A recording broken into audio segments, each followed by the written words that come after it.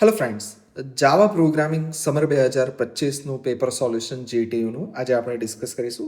સો સૌથી પહેલાં question number 1, list out the rules to name an identifier in Java with valid and invalid examples. આઇડેન્ટિફાયરનું નામ આપણે કઈ રીતે રાખી શકીએ અને વેલિડ અને ઇનવેલિડ એક્ઝામ્પલ સાથે સમજાવવાનું છે. તો સૌથી ફર્સ્ટ ક્રાઇટેરિયા છે સ્ટાર્ટ કેરેક્ટર, કે સ્ટાર્ટ શેનાથી કરવાનું. તો must begin with letter underscore અથવા તો ડોલર સાઇન, કે નોર્મલી એબીસીડી જે છે એના લેટર્સથી સ્ટાર્ટ થઈ શકે અથવા તો અંડરસ્કોરથી સ્ટાર્ટ થઈ શકે અથવા તો ડોલર સાઇનથી સ્ટાર્ટ થઈ શકે.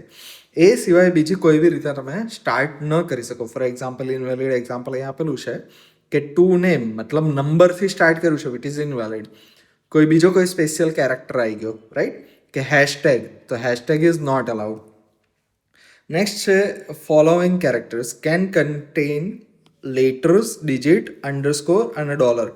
આટલા કેરેક્ટર્સ જે છે સ્ટાર્ટ મતલબ આનાથી જ કરવાનું, બટ અંદર આટલા કેરેક્ટર્સ અલાઉડ છે. મતલબ અંદર કયું એડ થયું? ડિજિટ્સ એડ થયું, કે student 1 2 3 user underscore name, these are valid. પણ ડેશ જે છે એ ના યુઝ કરી શકાય, કેસ @ ના યુઝ કરી શકાય. સ્પેશિયલ કેરેક્ટરમાં આપણે જે છે એ ખાલી અને ખાલી અંડરસ્કોરને યુઝ કરી શકીએ છીએ અને ડોલરને યુઝ કરી શકીએ.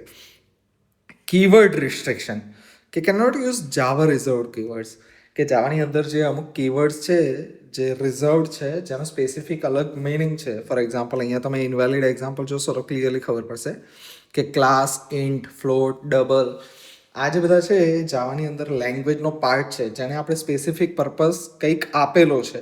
તો એવા બધા વર્ડ્સને જેને આપણે કીવર્ડ્સ કહેતા હોય છે એને તમે આઈડેન્ટિફાયરના નામ તરીકે ના વાપરી શકો. માય ક્લાસ, યુઝર નેમ, હવે આ જે છે એ જાવામાં કોઈ જગ્યાએ યુઝ નથી થયેલા, એટલે તમે એવા નામ આપી શકો છો.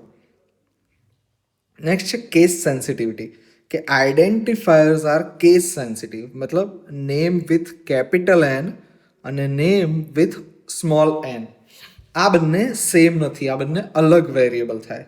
લેન્થ, નો લેન્થ લિમિટ પ્રેક્ટિકલી રિઝનેબલ, બરાબર, કે આપણે કોઈ પણ લાંબુ નામ જાવાની અંદર આઈડેન્ટિફાયરના નામ તરીકે રાખી શકીએ છીએ. નેક્સ્ટ છે question number 1B, list out different types of operators in Java, explain arithmetic and logical operators in detail. અલગ અલગ ટાઈપના ઓપરેટર્સ જે છે એને તમારે લિસ્ટ કરવાના છે, અને આ બે જે છે એરિથમેટિક અને લોજિકલ એને તમારે થોડા ડિટેલમાં કહેવાના છે. હવે એરિથમેટિક એટલે પ્લસ, માઇનસ, મલ્ટિપ્લિકેશન, ડિવિઝન અને મોડ્યુલ ઓપરેટર. હવે આ જે છે ટકાનું સાઇન છે એ પર્સન્ટેજ કાઢવા માટે, ટકા કાઢવા માટે નથી, એ રિમાઇન્ડર એટલે કે શેષ શોધવા માટે છે. ફોર એક્ઝામ્પલ હું 5 મોડ્યુલો 2 લખું તો 5ને 2થી ભાગીએ તો શું થશે? શેષ 1 આવશે. તો 5 મોડ્યુલો 2નો જે આન્સર છે એ શું આવશે? 1 આવશે, રાઈટ. સિમિલરલી રિલેશનલ ઓપરેટર્સ, તો શું છે? બે વસ્તુનું કમ્પેરિઝન કરવું હોય ત્યારે હું રિલેશનલ ઓપરેટર કરીશ, કે બંને ઇક્વલ છે, નોટ ઇક્વલ છે, લેસ ધેન છે, ગ્રેટર ધેન છે, લેસ ધેન ઇક્વલ છે, ગ્રેટર ધેન ઇક્વલ છે. લોજિકલ ઓપરેટર્સ, તો લોજિકલ ઓપરેટર્સ ક્યારે યુઝ થાય? કે જ્યારે બે કન્ડિશન જોડે થાય તો જ કંઈક કરવાનો, રાઈટ. કે મારે ઘરનો બલ્બ ઓન કરવો છે તો એ બલ્બની સ્વિચ ઓન હોવી જોઈએ પ્લસ ઘરની એમસીબી ઓન હોવી જોઈએ. આ બંને વસ્તુ જો થાય તો જ આઉટપુટ ટ્રુ આવશે. મતલબ ટ્રુ એન્ડ ટ્રુ તો આઉટપુટ ટ્રુ. ટ્રુથ ટેબલ પણ તમને ખબર હશે. બીજી વસ્તુ કે બેમાંથી કોઈ પણ એક બંધ હશે તો ગોળો બંધ થઈ જશે, રાઈટ. કે કાં તો એમસીબી બંધ હશે કાં તો બંધ હશે મારું મેઇન સ્વિચ, બરાબર. બેમાંથી કોઈ પણ એક બંધ હશે, આ અથવા તો આ, તેના માટે ઓર આવશે અને નોટ આવશે. હવે બધું ડિટેલમાં આપણે નહીં જોઈએ કારણ કે લેક્ચરમાં બહુ જોયું છે. ડિટેલમાં જોઈશું તો મતલબ બહુ લાંબુ થઈ જશે અને પેપરની અંદર આપણો ટાર્ગેટ જે છે એ છે એકદમ શોર્ટમાં ફટાફટ કરવું. તો એરિથમેટિકની અંદર આટલા ઓપરેટર આવશે, રિલેશનલની અંદર આ ઓપરેટર્સ આવશે, લોજિકલમાં એન્ડ ઓર અને નોટ આવશે, અસાઇનમેન્ટની અંદર આવશે ઇક્વલ ટુ, પછી આ જે બધા છે એના અલગ અલગ વેરિએશન છે. હવે આ જે અલગ અલગ વેરિએશન છે એ કઈ રીતે હોય છે? કે plus equal two, minus equal to. તો આને જો આપણે એક્સપાન્ડ કરીએ તો એવી રીતે એક્સપાન્ડ કરી શકીએ કે let's say for example X is equals to X plus 5, આ જે લખવું એને હું શોર્ટમાં એક્સ પ્લસ ઇક્વલ ટુ 5 આવું લખી શકું, right. Similarly Y equal to Y divide by 5, તો આને હું વાય ડિવાઈડ ઇક્વલ ટુ 5 આ રીતે લખી શકું, રાઈટ. તો આ શોર્ટ હેન્ડ ઓપરેટર્સ જે છે એને પણ અસાઇનમેન્ટ ઓપરેટર્સ આપણે કહેતા હોય છે. ઓકે, હવે નેક્સ્ટ એના પછી જે છે એ બીટવાઇઝ ઓપરેટર છે. મતલબ અલગ અલગ જે બીટવાઇઝ ઓપરેશન્સ આપણે કરવાના હોય. ફોર એક્ઝામ્પલ આપણે 1011 અને 1010, હવે આ બંને વચ્ચે બીટવાઇઝ ઓપરેટર આપણે યુઝ કરીએ તો શું થાય? 10 એન્ડિંગમાં શું આવે? 0. 11 તો 1, 00 તો 0 અને 11 તો 1 સેકન્ડ 1. તો આ જે છે એનો આન્સર આવશે. આ રીતે બીટ બાય બીટ તમારે અલગ અલગ ઓપરેશન્સ જે તમારા ડિજિટલ ઇલેક્ટ્રોનિક્સમાં આવ્યા, કયા કયા operations? And, or, XOR, not, left shift અને રાઇટ શિફ્ટ. લેફ્ટ શિફ્ટ અને રાઇટ શિફ્ટમાં શું હોય છે? ફોર એક્ઝામ્પલ આને હું લેફ્ટ શિફ્ટ વિથ 1 પોઝિશન કરું તો શું થશે? આ બધા એક એક પ્લેસ લેફ્ટ શિફ્ટ થતા જશે અને પછી શું બચશે કે આ જે છે એ જતું રહ્યું, એક એક લેફ્ટ શિફ્ટ થશે તો કંઈક આવું બચશે, રાઈટ. હવે આ બધા તમારે આ ક્વેશ્ચનની અંદર ડિટેલમાં જરૂર તો નથી, બટ ક્યાંક ડિટેલમાં જો પૂછાય તો આ તમને ખ્યાલ આવશે. હવે ટર્નરી ઓપરેટર શું છે? કન્ડિશન ચેક કરવાની, જો સાચી પડે તો આ એક્સપ્રેશન, ખોટું પડે તો આ એક્સપ્રેશન. હવે આને ઇફ એલ્સ વાળા બ્લોક જોડે તમે સરખાવી શકો. કે કઈ રીતે સરખાવી શકાય? કે ફોર એક્ઝામ્પલ ઇફ, બરાબર, જો આપણે કન્ડિશન જોડે સરખાઈએ તો શું આવશે?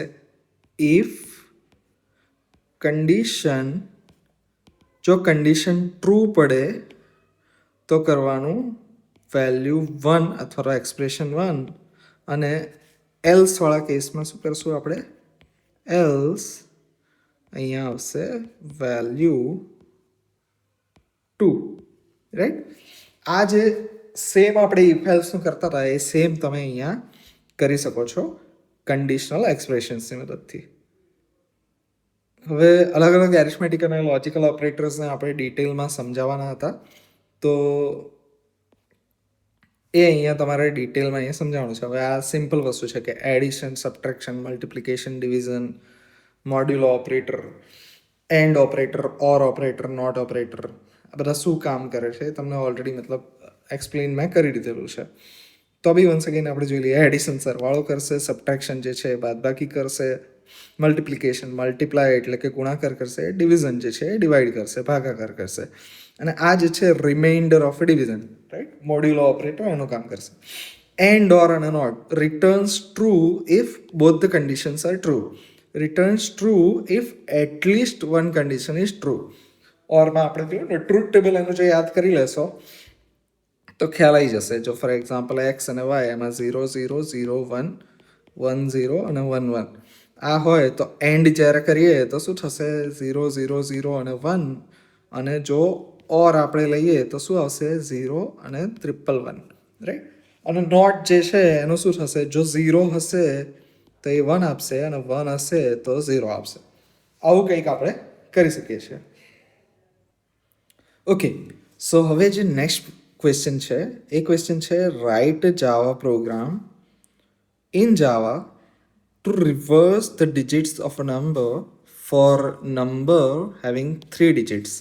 मतलब ઇનપુટમાં સિમ્પલી 653 આપીએ તો આઉટપુટ 356 થવું જોઈએ. આવો એક પ્રોગ્રામ લખવાનો છે. ઓકે, સો પ્રોગ્રામ જે છે એને આપણે ક્વિકલી જોઈ લઈએ. આમ પ્રોગ્રામ કોમ્પ્લિકેટેડ તમને લાગશે જો પ્રોગ્રામને તમે મતલબ એ રીતે લેશો તો, બટ જસ્ટ એને જો પાર્ટ વાઇઝ જોઈશું તો ઇટ્સ રિયલી ઇઝી. સૌથી પહેલી લાઈન છે ઇમ્પોર્ટ java.util.scanner, રાઈટ, કે જાવાની અંદર યુટિલ કરીને પેકેજ છે એ પેકેજની અંદરથી સ્કેનર કરીને ક્લાસને તમારે ઇમ્પોર્ટ કરવાનો છે. સિમ્પલી જો તમારે યાદ રાખવાનું કે જ્યારે બી તમારે કોઈ બી પ્રોગ્રામ જેમાં યુઝર પાસેથી ઇનપુટ લેવાનું થાય છે તો એ વખતે તમારે આ લાઈન કમ્પલસરીલી લખી દેવાની, ઇમ્પોર્ટ java.util.scanner. હવે સ્કેનર ક્લાસને ઇમ્પોર્ટ કરી લીધો. હવે નેક્સ્ટ આપણે કરીશું એક મેઇન પ્રોગ્રામનો ક્લાસ. હંમેશા જાવામાં કોઈ પણ પ્રોગ્રામ લખો તો જે પ્રોગ્રામ તમને કીધો હોય લખવાનો એના નામનો તમારે ક્લાસ બનાવી દેવાનો અને એની અંદર જ પ્રોગ્રામ લખવાનો. ફોર એક્ઝામ્પલ અહીંયા આપણે શેનું કીધું છે? તો કે રિવર્સ કરવાનો આપણને કીધો છે, રાઈટ. તો હવે આપણે શું કરીશું, સૌથી પહેલાં પબ્લિક ક્લાસ રિવર્સ નંબર કરીને એક ક્લાસ બનાવ્યો. હવે દરેક ક્લાસની અંદર હંમેશા તમારે મેઇન ફંક્શન બનાવવાનું રહેશે અને મેઇન ફંક્શનની સિન્ટેક્સ પણ ફિક્સ છે. કોઈ પણ પ્રોગ્રામ હોય એક્સ વાય ઝેડ, હંમેશા જ્યારે મેઇન ફંક્શન લખો ત્યારે આ રીતે જ લખાય: public static void main string, પછી આવા બે બ્રેકેટ્સ, રાઈટ, જેને સ્ક્વેર બ્રેકેટ આપણે એરે કહેતા હોય છે, અને આર્ગ્યુમેન્ટ્સ એના માટેનું શોર્ટ ફોર્મ થાય args. Public static void main string args, આ રીતે તમે PSVM કરીને યાદ રાખી શકો. હવે નેક્સ્ટ સ્કેનર ક્લાસ લીધો. જાવામાં કંઈ પણ યુઝ કરવું છે તો તમારે શું કરવાનું, એનો ઓબ્જેક્ટ બનાવવાનો. તો scanner SC is equals to new scanner system dot in, right. અને આપણે ડિટેલમાં સમજેલા છીએ કે સ્કેનર ક્લાસનો કન્સ્ટ્રક્ટર લઈ અને સિસ્ટમ ડોટ ઇન, એટલે કે સિસ્ટમમાં જ્યાંથી આપણે ઇનપુટ લઈએ, આપણે ક્યાંથી લઈએ, કીબોર્ડ થ્રુ. તો કીબોર્ડને સ્કેન કરવા માટે એક ઓબ્જેક્ટ બનાવું છું અને ઓબ્જેક્ટનું નામ છે SC, રાઈટ. અને એ ઓબ્જેક્ટનો ડેટા ટાઈપ છે સ્કેનર. તો scanner SC is equals to new scanner system dot in. જ્યારે પણ તમારે ઇનપુટ લેવાની વાત આવે તો આ લાઈન પણ ફિક્સ રહેશે: scanner SC is equals to new scanner system dot in. Scanner SC is equals to new scanner system dot in. આ વસ્તુ યાદ રાખવાની. જ્યારે કોઈ પણ એવો પ્રોગ્રામ આવે જ્યારે યુઝર પાસેથી ઇનપુટ લેવાની વાત આવે, આટલી લાઇન્સ ફિક્સ આવશે. કઈ લાઇન્સ? એક તો લાઇન નંબર 1 આવશે તમારી આ, રાઈટ. ફર્સ્ટ લાઇન આવશે તમારી આ: import Java dot util dot scanner. Second line તમારી ફિક્સ આવશે પબ્લિક સ્ટેટિક વોઇડ મેઇન વાળી. આ લાઇન તમારી હંમેશા ફિક્સ આવશે. થર્ડ લાઇન તમારી ફિક્સ આવશે: scanner SC is equals to new scanner system dot in. આ 3 લાઇન જે છે એ તમારે હંમેશા લખવાની. હવે નેક્સ્ટ પ્રોગ્રામમાં જે કીધું છે એ પ્રમાણે થોડું વિચારવાનું આવે. તો સૌથી પહેલાં તો યુઝર પાસેથી ઇનપુટ લેવાનું છે, તો યુઝરને કહેવું પડશે કે ઇનપુટ આપ. તો system dot out dot print, અને શું કરીશું આપણે, એન્ટર 3 ડિજિટ નંબર, આવું યુઝરને કહીશું. હવે યુઝર કંઈક ઇનપુટ નાખશે, રાઈટ. યુઝર કોઈ નંબર નાખશે, ફોર એક્ઝામ્પલ 653. તો એ નંબરને ક્યાંક સ્ટોર કરવો પડશે. તો એના માટે SC મારો ઓબ્જેક્ટ છે સ્કેનર ક્લાસનો, જેમને ઇનપુટ લેવામાં હેલ્પ કરશે. અને કયા ટાઈપનો હશે? નંબર. હવે નંબર છે અને કેવો નંબર છે? ઇન્ટીજર નંબર, પૂર્ણાંક સંખ્યા. એટલે આપણે લઈશું next integer. SC dot next integer. આ મેથડની મદદથી યુઝરે જે કંઈ પણ નંબર નાખ્યો એ નંબર રીડ કરીશ, અને રીડ કરીને નંબર કરીને જે વેરિયેબલ છે એમાં સ્ટોર કરીશ. તો નંબર કરીને જે વેરિયેબલ છે એની અંદર ફોર એક્ઝામ્પલ 653, આવી રીતે કરીને એક વેલ્યુ આવી ગઈ. હવે આગળના કેલ્ક્યુલેશન માટે મારે બીજા 2 વેરિયેબલ્સની જરૂર છે: રિવર્સ અને ટેમ્પ. ટેમ્પરરી કરીને એક નંબર છે અને રિવર્સ કરીને એક, કે જેની અંદર હું રિવર્સ નંબર સ્ટોર કરીશ. તો શરૂઆતમાં 0થી સ્ટાર્ટ કરશું, અને જે ટેમ્પરરી નંબર છે એને શરૂઆતમાં જે ઓરિજિનલ નંબર છે કે જેને યુઝરે નાખ્યો છે, ફોર એક્ઝામ્પલ 653, ત્યાંથી સ્ટાર્ટ કરશું, રાઈટ. તો 653 જે છે એ આપણે ટેમ્પરરીની અંદર કોપી કરશું. હવે નેક્સ્ટ લૂપમાં આપણે શું કર્યું છે, while temporary is greater than 0. જ્યાં સુધી ટેમ્પરરી નંબર જે છે એની વેલ્યુ ગ્રેટર ધેન 0, એટલે કે 0 કરતાં મોટી છે, ત્યાં સુધી મારે આ ટાસ્ક કરવાનું છે. શું કરવાનું છે? તો જે મારો રિવર્સ નંબર છે, જેને મેં 0થી સ્ટાર્ટ કર્યું છે, એની વેલ્યુ કંઈક આ રીતે અપડેટ કરવાની. કઈ રીતે? કે જે રિવર્સ નંબર અત્યારે છે, અત્યારે ફોર એક્ઝામ્પલ જ્યારે આપણે ફર્સ્ટ વાર કરી રહ્યા છીએ ત્યારે રિવર્સ નંબરની વેલ્યુ જે છે એ કંઈક છે 0. એને 10થી મલ્ટીપ્લાય કરવાની, પ્લસ ટેમ્પરરી નંબરને મોડ્યુલો 10 કરવાનો. હવે ટેમ્પરરીમાં શરૂઆતમાં શું હશે? 6, 5 અને 3, રાઈટ. ટેમ્પરરીની અંદર શરૂઆતમાં 6, 5, 3 છે, એને આપણે કરવાનું છે મોડ્યુલો 3, મોડ્યુલો 10. હવે મોડ્યુલો 10 મતલબ શું કહેવાય? જે નંબર છે એને 10થી ભાગવાનો, અને જે શેષ બચી, રાઈટ. તો શું કરશે? એક્ઝેક્ટલી અહીંયા આવું કંઈક કરશે. જે નંબર છે એને હું 653 એને હું કરીશ 10 ડિવાઈડ. ઓકે, સો જે નંબર છે 653 એને 10 ડિવાઈડ કરીશ તો મારો રિમાઇન્ડર શું આવશે? 3, રાઈટ? તો આ જે છે ટેમ્પ મોડ્યુલો 10 અને 10 જો ડિવાઈડ કરીશ તો મારો આન્સર આવશે 3 અને રિવર્સ સ્ટાર 10 આની વેલ્યુ શું આવશે? 0. તો હવે રિવર્સ નંબર જે છે એમાં 0 હતું એ જતું રહેશે અને રિવર્સ નંબર જે છે એની નવી વેલ્યુ કઈ આવશે? નવી વેલ્યુ આવશે 3. અને ટેમ્પરરી વેરિયેબલ જેમાં 653 હતું એમાં શું કરવાનું? Temporary divide by 10. એટલે 653માંથી આ 3 જતો રહેશે અને ખાલી બચશે 65. તો શું થયું? 65 અહીંયા અને 3 અહીંયા, રાઈટ? તો આપણે 653 જે નંબરને રિવર્સ કરવાનો હતો 653 એમાંથી એક નંબર લઈ લીધો 3, રાઈટ? આપણી પાસે આમાંથી એક નંબર આવી ગયો આ બાજુ અને અહીંયાથી જતો રહ્યો. હવે નેક્સ્ટ કયો નંબર આવશે? 5, પછી અહીંયાથી જતો રહેશે અને નેક્સ્ટ કયો નંબર લઈશું? 6. તો આ રીતે આપણે કમ્પ્લીટલી પ્રોસિજર કરશું. હવે મેઇન જે આખું લોજિક કહી શકાય એ આ બે લાઈન છે. કઈ line? Reverse is equals to reverse star 10 plus temp modulo 10 અને temp is equals to temp divide by 10. આ બે લાઇન્સ જે છે એ તમે મગઅપ કરી લો, દિમાગમાં જે આ રીતે સમજાય એ રીતે યાદ રાખી લો. Then your complete program is done. આટલું થઈ જાય એટલે મારી પાસે જે રિવર્સ નંબર છે એ ક્યાંક સ્ટોર્ડ આવેલો હશે, રાઈટ? પછી નેક્સ્ટ આપણે શું કરવાનું છે? જે ઓરિજિનલ નંબર હતો એને પ્રિન્ટ કરશું અને રિવર્સ નંબર છે એને પ્રિન્ટ કરશું. કે system dot out dot print line original જે છે એમાં નંબર કરીને જે વેરિયેબલ હતો એની વેલ્યુ એટલે કે 653 અને રિવર્સમાં શું આવશે? 356. હવે આખો પ્રોગ્રામ જે છે એને જો આપણે ફરીવાર જોઈ લઈએ તો સૌથી પહેલી લાઈન આવે import Java dot util dot scanner public class reverse number public static void main string args scanner કરીને એક ઓબ્જેક્ટ બનાવવાનો SC scanner SC is equal to new scanner system dot in. હવે યુઝર પાસેથી આપણે number લેવાનો છે તો યુઝરને પહેલાં મેસેજ આપવો પડશે કે system dot out dot print enter 3 digit number. પછી જે યુઝર વેલ્યુ નાખશે એને નમ કરીને વેરિયેબલ છે એમાં એસસી ડોટ નેક્સ્ટ ઇન્ટ મેથડથી આપણે લોડ કરીશું. એટલું થયા પછી બે ઇન્ટરમીડિયેટ વેરિયેબલ બનાવીશું, એક રિવર્સ અને એક ટેમ્પરરી. રિવર્સની વેલ્યુ 0થી સ્ટાર્ટ કરશું, ટેમ્પરરીની વેલ્યુ આપણે નંબરથી સ્ટાર્ટ કરશું. પછી જે આ લોજિક છે આ લોજિક મારું મેઇન છે કે જે ઓરિજિનલ નંબરમાંથી રિવર્સ નંબર જનરેટ કરી આપશે.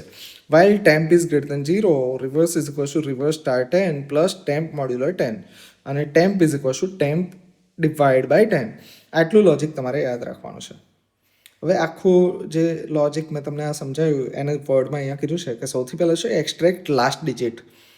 મોડ્યુલસ ઓપરેટરથી લાસ્ટ ડિજિટને એક્સટ્રેક્ટ કરવાની અને મલ્ટીપ્લાય બાય 10 અને એડ ધ ડિજિટ. આનાથી શું થશે? રિવર્સ નંબર મારો 1 બાય 1 જનરેટ થતો હશે કે 3 પછી 35 પછી 356 અને લાસ્ટ ડિજિટ છે એને મારે ડિવાઈડ કરીને આ ટેમ્પ મોડ્યુલો 10થી હું ડિવાઈડ કરીને 1 બાય 1 અહીંયાથી એક એક નંબર ચેક કાઢતો ગયો ને એનું જે મેઇન પ્રોસિજર છે એ અહીંયાથી થાય છે.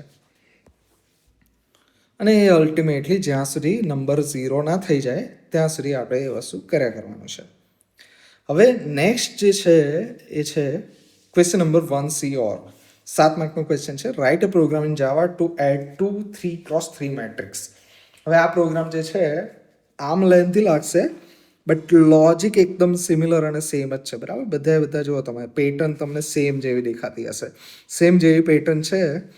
4 વાર ફોર લૂપ આપણે ફેરવીએ છીએ પણ ફોર લૂપનું સ્ટ્રક્ચર ઓલમોસ્ટ સેમ છે. શું છે સ્ટ્રક્ચર એ જોઈ લઈએ. જ્યારે પણ યુઝર પાસેથી ઇનપુટ લેવાનું હોય તો આ લાઈન આવશે, મેં તમને ફિક્સ કીધું હતું, રાઈટ? સેકન્ડ બીજી કઈ? આ લાઈન જ્યારે પણ મેઇન ફંક્શન આવે જે જાવાના દરેકની અંદર આવશે અને આ નામ અહીંયા બદલાશે જેવો પ્રોગ્રામ, બાકી એ લાઈન પણ સેમ આવશે કે તમારે એક પેકેજ ઇમ્પોર્ટ કરવાનું એક ક્લાસ બનાવવાનો જે પબ્લિક હોવો જોઈએ, મેઇન ફંક્શનને સ્ટાર્ટ કરવાનો. નેક્સ્ટ આવશે સ્કેનર ક્લાસનો ઓબ્જેક્ટ બનાવવાનો કે scanner SC is equals to new scanner system dot in. આટલું થઈ ગયું પછી નેક્સ્ટ ફેઝ આવે ટેમ્પરરી વેરિયેબલ્સ બનાવવાનું અને એની અંદર વેલ્યુઝ લેવાની. હવે આપણે અહીંયા શું કર્યું, મેટ્રિક્સ 1, મેટ્રિક્સ 2 અને રિઝલ્ટ, બે મેટ્રિક્સનું એડિશન કરવાનું છે. તો એક મેટ્રિક્સ, બીજો મેટ્રિક્સ અને રિઝલ્ટ મેટ્રિક્સ. હવે 3x3ની સાઇઝ આપણે લીધી ન્યૂ ઇન્ટ 3x3, બરાબર. 3x3નો મેટ્રિક્સ છે એવો કંઈક આપણે લેવાનો છે. મેટ્રિક્સ 1, મેટ્રિક્સ 2 અને મેટ્રિક્સ 3. હવે આપણે શું કરવાનું છે, સૌથી પહેલાં ઇનપુટ ફર્સ્ટ મેટ્રિક્સ, કે ફર્સ્ટ મેટ્રિક્સ જે છે એના નંબર્સ, કે આ જે મેટ્રિક્સ છે એમાં અલગ અલગ જગ્યાએ કયા નંબર્સ હશે, તે જે નંબર્સ છે એ નંબર્સ આપણે યુઝર પાસેથી લેવાના છે. તો એના માટે આપણે ફોર લૂપ કરીએ છીએ.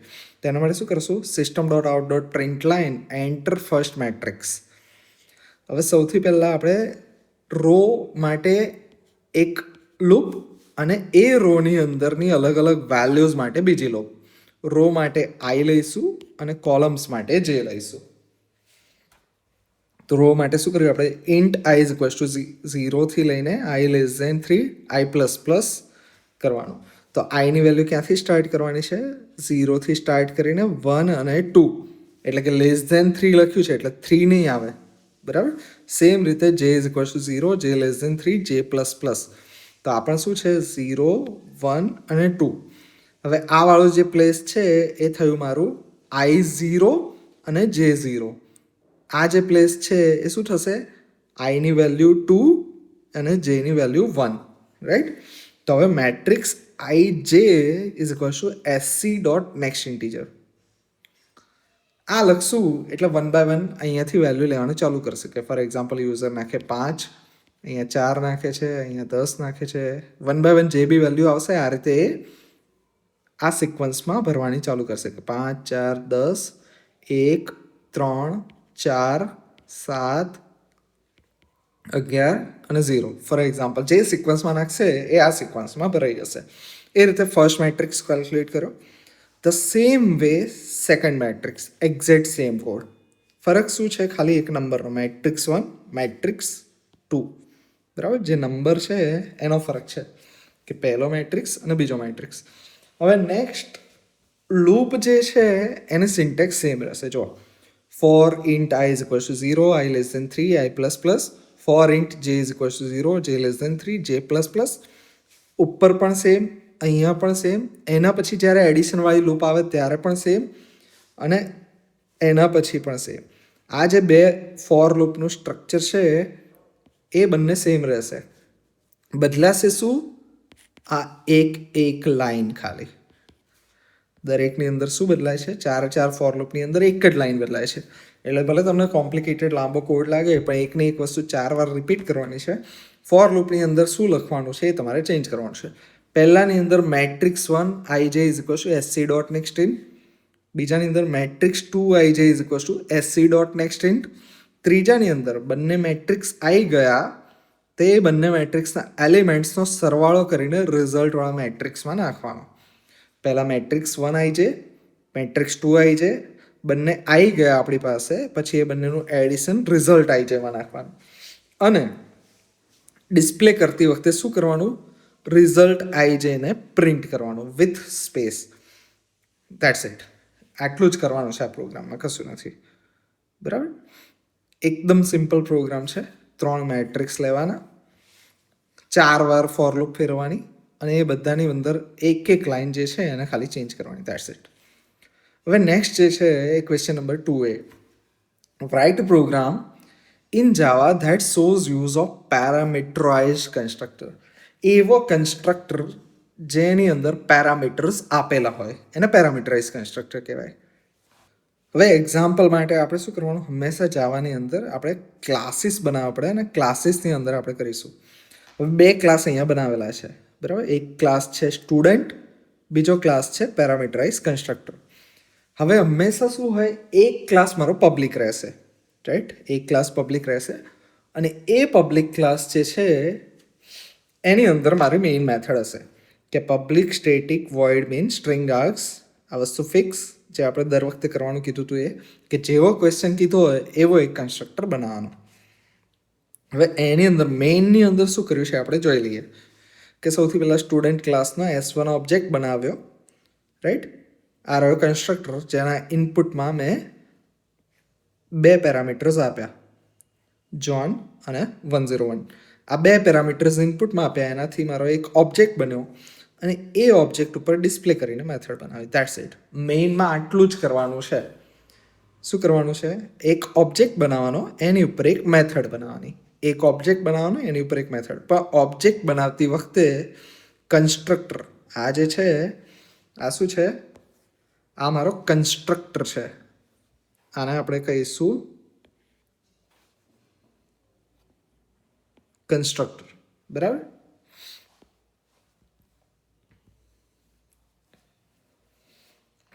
હવે કન્સ્ટ્રક્ટર જે છે એ એક્ઝેક્ટલી કઈ રીતે બનાવ્યો છે એને આપણે જોઈ લઈએ. તો સૌથી પહેલાં ક્લાસ સ્ટુડન્ટ, એની અંદર 2 વેરિયેબલ્સ લીધા, નામ અને રોલ નંબર. હવે નેક્સ્ટ શું કર્યું આપણે? આ રહ્યો મારો કન્સ્ટ્રક્ટર. ક્લાસનું જે નામ છે એ સેમ નામની મેથડ એટલે કન્સ્ટ્રક્ટર. તો સ્ટુડન્ટ ક્લાસ, તો સ્ટુડન્ટ નામવાળી એક મેથડ જે કન્સ્ટ્રક્ટર થઈ ગઈ. પેરામીટરાઇઝ કરીએ છીએ તો અહીંયા 2 પેરામીટર્સ આપણે ઇનપુટમાં બતાવવાના કે આ કન્સ્ટ્રક્ટર એટલે કે આ ક્લાસનો ઓબ્જેક્ટ બનાવતી વખતે, આ ક્લાસનો ઓબ્જેક્ટ કન્સ્ટ્રક્ટ કરતી વખતે મારે 2 વસ્તુ જોઈશે. શું જોઈશે? એક તો સ્ટુડન્ટની ડેટા માટે મારે એનું નામ જોઈશે અને બીજું મારે એનો રોલ નંબર જોઈશે. નામ અને રોલ નંબર બંનેને ધીઝવાળી જે કોપી કહેવાય એની અંદર હું સેવ કરીશ. That's it. આટલું જ છે, બીજું કશું નથી આની અંદર, રાઈટ. હવે નેક્સ્ટ જે છે આપણે એક ડિસ્પ્લે કરીને મેથડ બનાવી. હવે ડિસ્પ્લે મેથડમાં સિમ્પલી પ્રિન્ટ કરવાનું કામ કર્યું છે. system.out.println. જ્યારે પણ કંઈ પણ પ્રિન્ટ કરવું હોય તો જે રેડ કલરમાં દેખાય છે એ છે એનો મેસેજ કે રોલ નંબર. હવે આ મેસેજ ગમે તે હોઈ શકે કે રોલ નંબર શોર્ટમાં લખો, ફૂલ લખો, ગુજરાતીમાં લખો, કોઈ બી રીતે તમે લખી શકો. બટ એની વેલ્યુ ક્યાંથી આવશે? વેલ્યુ હંમેશા આ 2 વેરિયેબલ્સ જે છે એ ત્યાંથી આવશે. તો હંમેશા ડિસ્પ્લે કંઈ બી કરાવવાનું આવે તો આ સિન્ટેક્સ યાદ રાખવાની કે ડબલ કોટની અંદર કોઈક મેસેજ આવશે અને પ્લસ કરીને વેરિયેબલ આવશે, રાઈટ. હવે એવું બી થઈ શકે કે કોઈ મેસેજ આવ્યો, વચ્ચે કોઈ વેરિયેબલ એટલે કે જેની વેલ્યુ 10, 20, 24, 50 કોઈ બી આંકડો એવો હોઈ શકે, પ્લસ એના પછી પણ બીજો કોઈ મેસેજ આવે, એવું પોસિબલ છે, રાઈટ. કે એના પછી બીજો કોઈ મેસેજ જે છે એ આવી જાય. That is also possible. So આ હતો પેરામીટરાઇઝ કન્સ્ટ્રક્ટર વાળો. હવે અહીંયા બીજું શું કરવું? પેરામીટરાઇઝ કન્સ્ટ્રક્ટરના ફીચર શું છે? ટેક્સ પેરામીટર્સ કે જે છે પેરામીટર્સ લેશે ઇનપુટમાં, right. Initialize instance variable, sets object set. આ જે છે ધીસ ડોટ આને ઇન્સ્ટન્સ વેરિયેબલ કહેવાય. ઇન્સ્ટન્સ એટલે કે ઓબ્જેક્ટ, ઓબ્જેક્ટના વેરિયેબલને એ ઇનિશિયલાઇઝ કરશે. અને ક્લાસનું જે નામ છે એ સેમ નામ હોય. Constructor name matches class name. અહીંયા જે કીધું ને એ પ્રમાણે કે ક્લાસનું નામ સ્ટુડન્ટ છે તો કન્સ્ટ્રક્ટરનું નામ સ્ટુડન્ટ હોય. હવે કોઈ પણ કન્સ્ટ્રક્ટર હોય, ઇટ્સ નોટ લાઈક કે પેરામીટરાઇઝ કન્સ્ટ્રક્ટર હોય તો જ આ થાય. અને નો રિટર્ન ટાઈપ. કન્સ્ટ્રક્ટર હંમેશા કશું જ રિટર્ન નહીં કરે, એ ખાલી ઇનિશિયલાઇઝેશન કરવાનું કામ કરતા હોય છે. હવે નેક્સ્ટ જે છે એ છે give the basic syntax of following terms. એક સિમ્પલ જાવાની અંદર ક્લાસ બનાવવો હોય તો કઈ રીતે બનાવવાનો, ઓબ્જેક્ટ બનાવવો હોય તો કઈ રીતે બનાવવાનો, મેથડ ડિફાઇન કરવી હોય તો કઈ રીતે કરવાની, અને વેરિયેબલ ડિક્લેર કરવો હોય તો કઈ રીતે કરવાનો. આના બેઝિક સિન્ટેક્સ તમારે અહીંયા એક્ઝામ્પલ સાથે આપવાની છે. તો અહીંયા આપણે એક ટેબલમાં સિન્ટેક્સ આપી છે, જોડે એનું એક્ઝામ્પલ આપ્યું છે કે ક્લાસને ક્રિએટ કરવો હોય તો કઈ રીતે કરવાનો. કે કાર કરીને ક્લાસ બનાવવો છે. હવે ડબલ કરલી બ્રેસીસ આપણે અહીંયા એક જ લાઈનમાં બતાવ્યા છે, પણ નોર્મલી આપણે શું કરતા હોય છે કે આવી રીતે લખતા હોય કે ક્લાસ કાર, પછી અહીંયા કરલી બ્રેસ, પછી અહીંયા કોઈ બી પ્રોગ્રામ આવશે અને કરલી બ્રેસ પૂરો, બરાબર. પણ અહીંયા શોર્ટમાં આ રીતે બતાવી દીધું છે કે આ કરલી બ્રેસીસની અંદર તમારે જે કંઈ પણ લખવું હોય, ઉપરને જસ્ટ હમણાંના એક્ઝામ્પલ જો આપણે જોઈએ તો અહીંયા કયો ક્લાસ છે? આપણી પાસે 2 ક્લાસ છે. ક્લાસ પેરામીટરાઇઝ કન્સ્ટ્રક્ટર જેની અંદર આટલી ફંક્શન બોડી છે, અને બીજો ક્લાસ કયો છે? ક્લાસ સ્ટુડન્ટ, જે અહીંયાથી સ્ટાર્ટ થાય છે આવાળા કરલી બ્રેસીસથી અને આવાળા કરલી બ્રેસીસ ઉપર એ એન્ડ થાય છે, રાઈટ.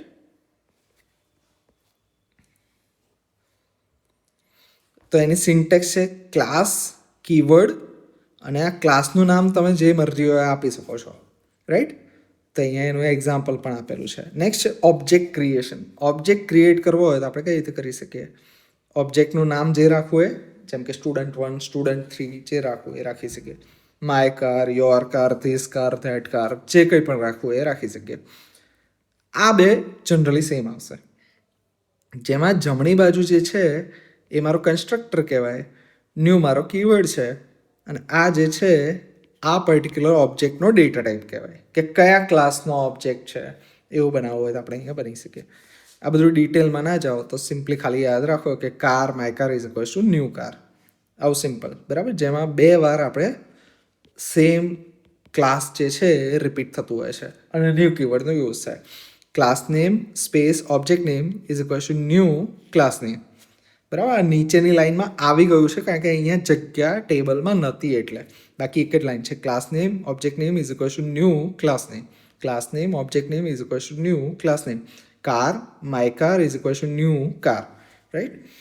મેથડની ડેફિનેશન આપવી હોય તો કઈ રીતે કરી શકે? આ રીતે કે પબ્લિક વોઇડ સ્ટાર્ટ પછી છગડીયો કૌંસ અને એની અંદર જે કંઈ પણ લખવું હોય. મેથડનું એક્ઝામ્પલ આપણો જે કન્સ્ટ્રક્ટર છે ને એ પણ એક મેથડ જ છે, અને આ રહી બીજું એનો એક્ઝામ્પલ કે પબ્લિક વોઇડ ડિસ્પ્લે અને એની અંદર જે કંઈ પણ લખવું હોય આપણે લખી શકીએ કરલી બ્રેસીસની અંદર, રાઈટ. એ જ અહીંયા આપેલું છે કે પબ્લિક વોઇડ સ્ટાર્ટ, કરલી બ્રેસ સ્ટાર્ટ થયો, કરલી બ્રેસ એન્ડ થયો. રિટર્ન ટાઈપ, તો અહીંયા જે પબ્લિક છે એ શું છે? આ મેથડ શું રિટર્ન કરશે એ, બરાબર. કે અહીંયા ફોર એક્ઝામ્પલ વોઇડ જે છે એ રિટર્ન ટાઈપ છે. હવે પબ્લિક લખો, પ્રાઇવેટ લખો, પ્રોટેક્ટેડ લખો એ એક્સેસ મોડિફાયર છે કે આ મેથડને ક્યાંથી યુઝ કરી શકાશે. એ કમ્પલસરી નથી, એ ઓપ્શનલ છે. નેક્સ્ટ આવશે વેરિયેબલનું ડિક્લેરેશન. તો એનું તો સિમ્પલ છે, data type space variable name, કે ઇન્ટ સ્પેસ એજ, ફ્લોટ સ્પેસ કરીને percentage, string array space name, બરાબર. અલગ અલગ ડેટા ટાઈપ સાથે આપણે સ્પેસ આપીને વેરિયેબલ્સ બનાવી શકીએ છીએ. કમ્પ્લીટ એક એક્ઝામ્પલ આપેલું છે જેની અંદર આ 4 વસ્તુ આવી જાય. સૌથી પહેલાં ક્લાસ ક્રિએશન, કે ક્લાસ કાર, તો ક્લાસ કાર અને આ છગડીયો કૌંસ સ્ટાર્ટ થયો, અહીંયા છગડીયો કૌંસ એન્ડ થયો. તો આ રીતે આપણે ક્લાસ ક્રિએટ કરી શકીએ. સેકન્ડ છે ઓબ્જેક્ટ ક્રિએશન, તો આ રહ્યું car, my car is equals to new car. આ લાઈન છે એ ઓબ્જેક્ટ ક્રિએશન કરે છે. નેક્સ્ટ છે ઇન્ટ સ્પીડ, તો આ શું થઈ ગયું? વેરિયેબલ ડિક્લેરેશન, જે આપણને અહીંયા આપ્યું ને કે ડેટા ટાઈપ સ્પેસ વેરિયેબલનું નામ.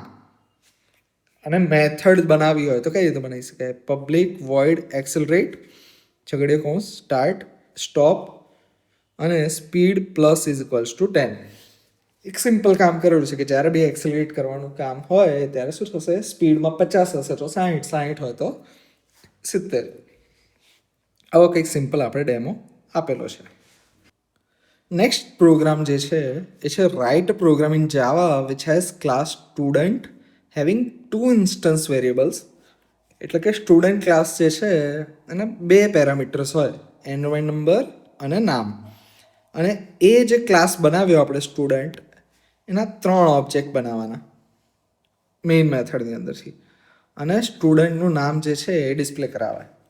આટલું સિમ્પલ કરવાનું છે કે સ્ટુડન્ટ ક્લાસ બનાવવાનો, એ ક્લાસની અંદર 2 વસ્તુ હોય. શું હોય? એનરોલમેન્ટ નંબર અને નામ. અને સ્ટુડન્ટ ક્લાસના 3 ઓબ્જેક્ટ બનાવવાના, સ્ટુડન્ટ 1, સ્ટુડન્ટ 2, સ્ટુડન્ટ 3, અથવા S1, S2, S3. એ એક્ઝામ્પલ અહીંયા આપણે જોઈએ તો ક્લાસ સ્ટુડન્ટ 2 ઇન્સ્ટન્સ વેરિયેબલ એટલે કે એનરોલમેન્ટ નંબર અને નામ, અને આ બંનેમાં શું હશે? સ્ટ્રિંગ આવશે, એટલે આપણે ડેટા ટાઈપ આપણે સ્ટ્રિંગ રાખેલું છે. અને અહીંયા શું કરેલું છે? આપણે પેરામીટરાઇઝ કન્સ્ટ્રક્ટર લઈ લીધો કે સ્ટુડન્ટ ક્લાસ જે છે એનો જ્યારે હું ઓબ્જેક્ટ બનાવું કઈ રીતે બનાવીશ? આ રીતે. આ જો એનું એક્ઝામ્પલ છે.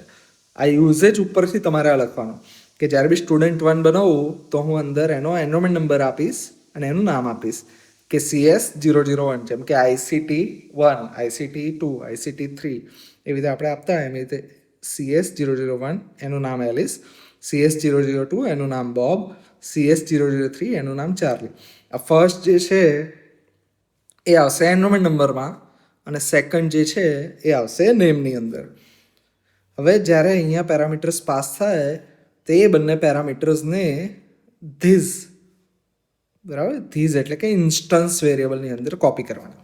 હંમેશા કન્સ્ટ્રક્ટરમાં આ ટાઈપની લાઈન આવશે જે તમારે ફિક્સ રહેશે, જેને તમારે સમજી રહ્યા છો તો સમજી લો, અને જો ના સમજ પડે તો તમે ગોખી બી શકો કે this dot environment number is equal two environment number, this dot name is equal two name. અહીંયા જે કંઈ પણ વેરિયેબલ આવે એના સેમ નામવાળા ધીઝવાળાની અંદર તમારે કોપી કરવાનું. કન્સ્ટ્રક્ટરમાં ઓલવેઝ એ થશે.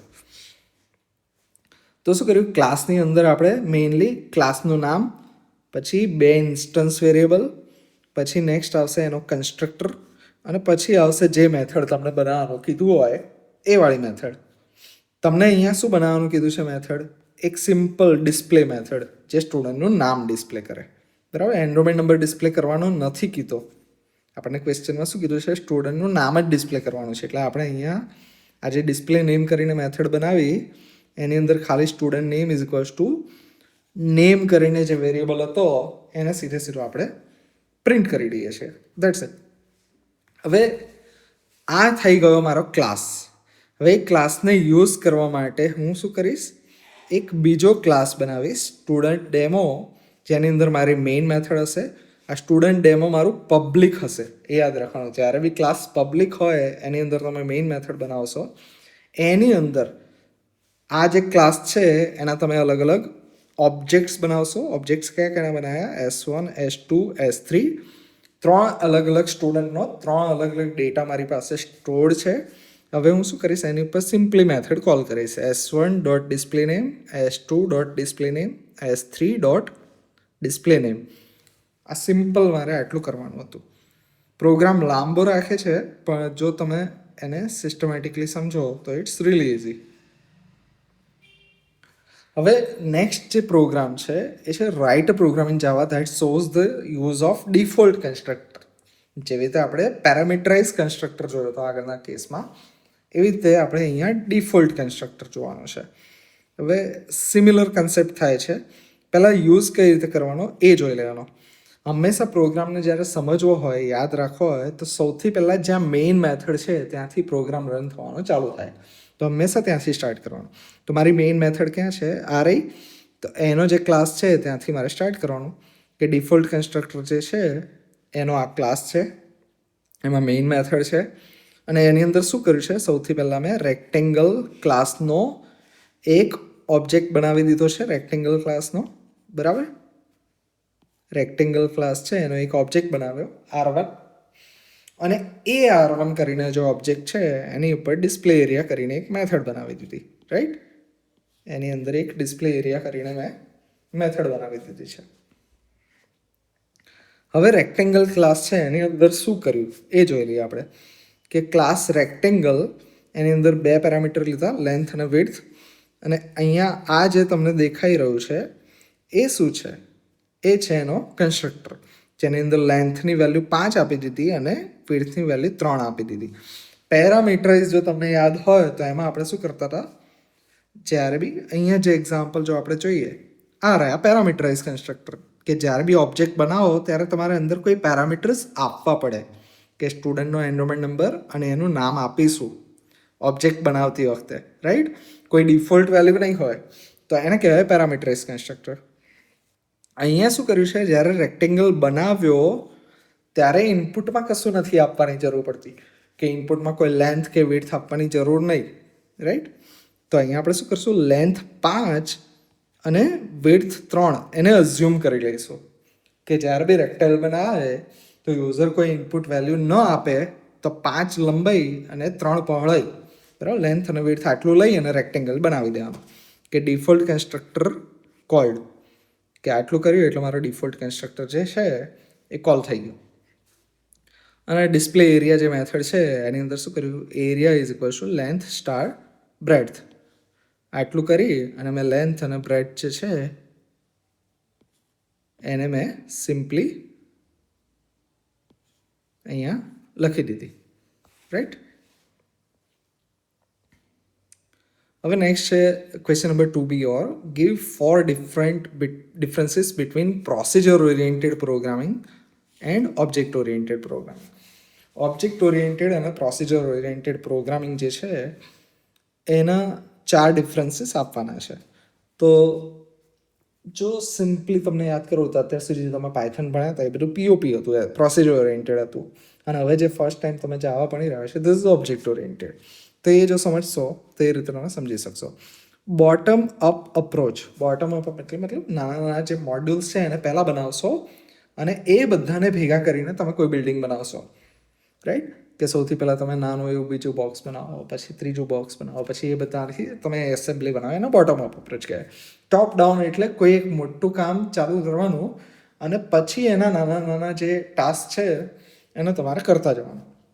મોટાથી સ્ટાર્ટ કરશો, બધું સામટું સ્ટાર્ટ કરશો અને પછી અંદરની નાના નાના જે મોડ્યુલ છે, ફોર એક્ઝામ્પલ હું સૌથી પહેલાં જો અપ્રોચ તમને ડ્રો કરીને બતાવું કે ફોર એક્ઝામ્પલ મારે એક આ બ્લોકની જરૂર છે, એક આ બ્લોકની જરૂર છે, એક આ બ્લોકની જરૂર છે અને એક આ બ્લોકની જરૂર છે. આ 4 બ્લોક બનાવી દીધા.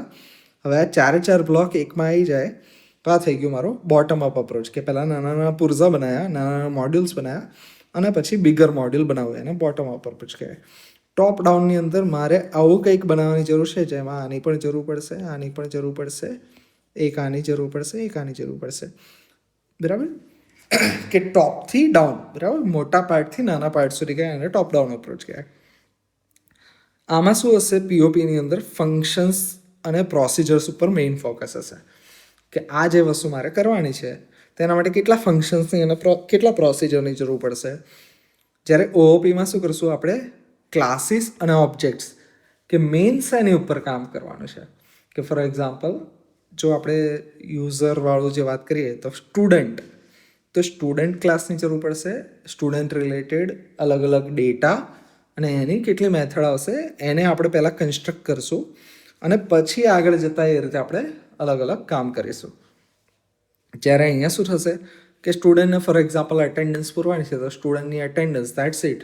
હું એની બાકીની બધી મેથડ્સ ઉપર ફોકસ નહીં કરું. ડેટા સિક્યુરિટી, નો ડેટા હાઇડિંગ ગ્લોબલ એક્સેસ. અહીંયા કોઈ ડેટા આપણે હાઇડ ના કરી શકીએ, બધું જનહિતમાં જારી, બરાબર? બધી વસ્તુ પબ્લિક હોય. અહીંયા આપણે એન્કેપ્સ્યુલેશન જેવો ફંડા આવે છે જેથી ડેટાને હાઇડ કરી શકીએ.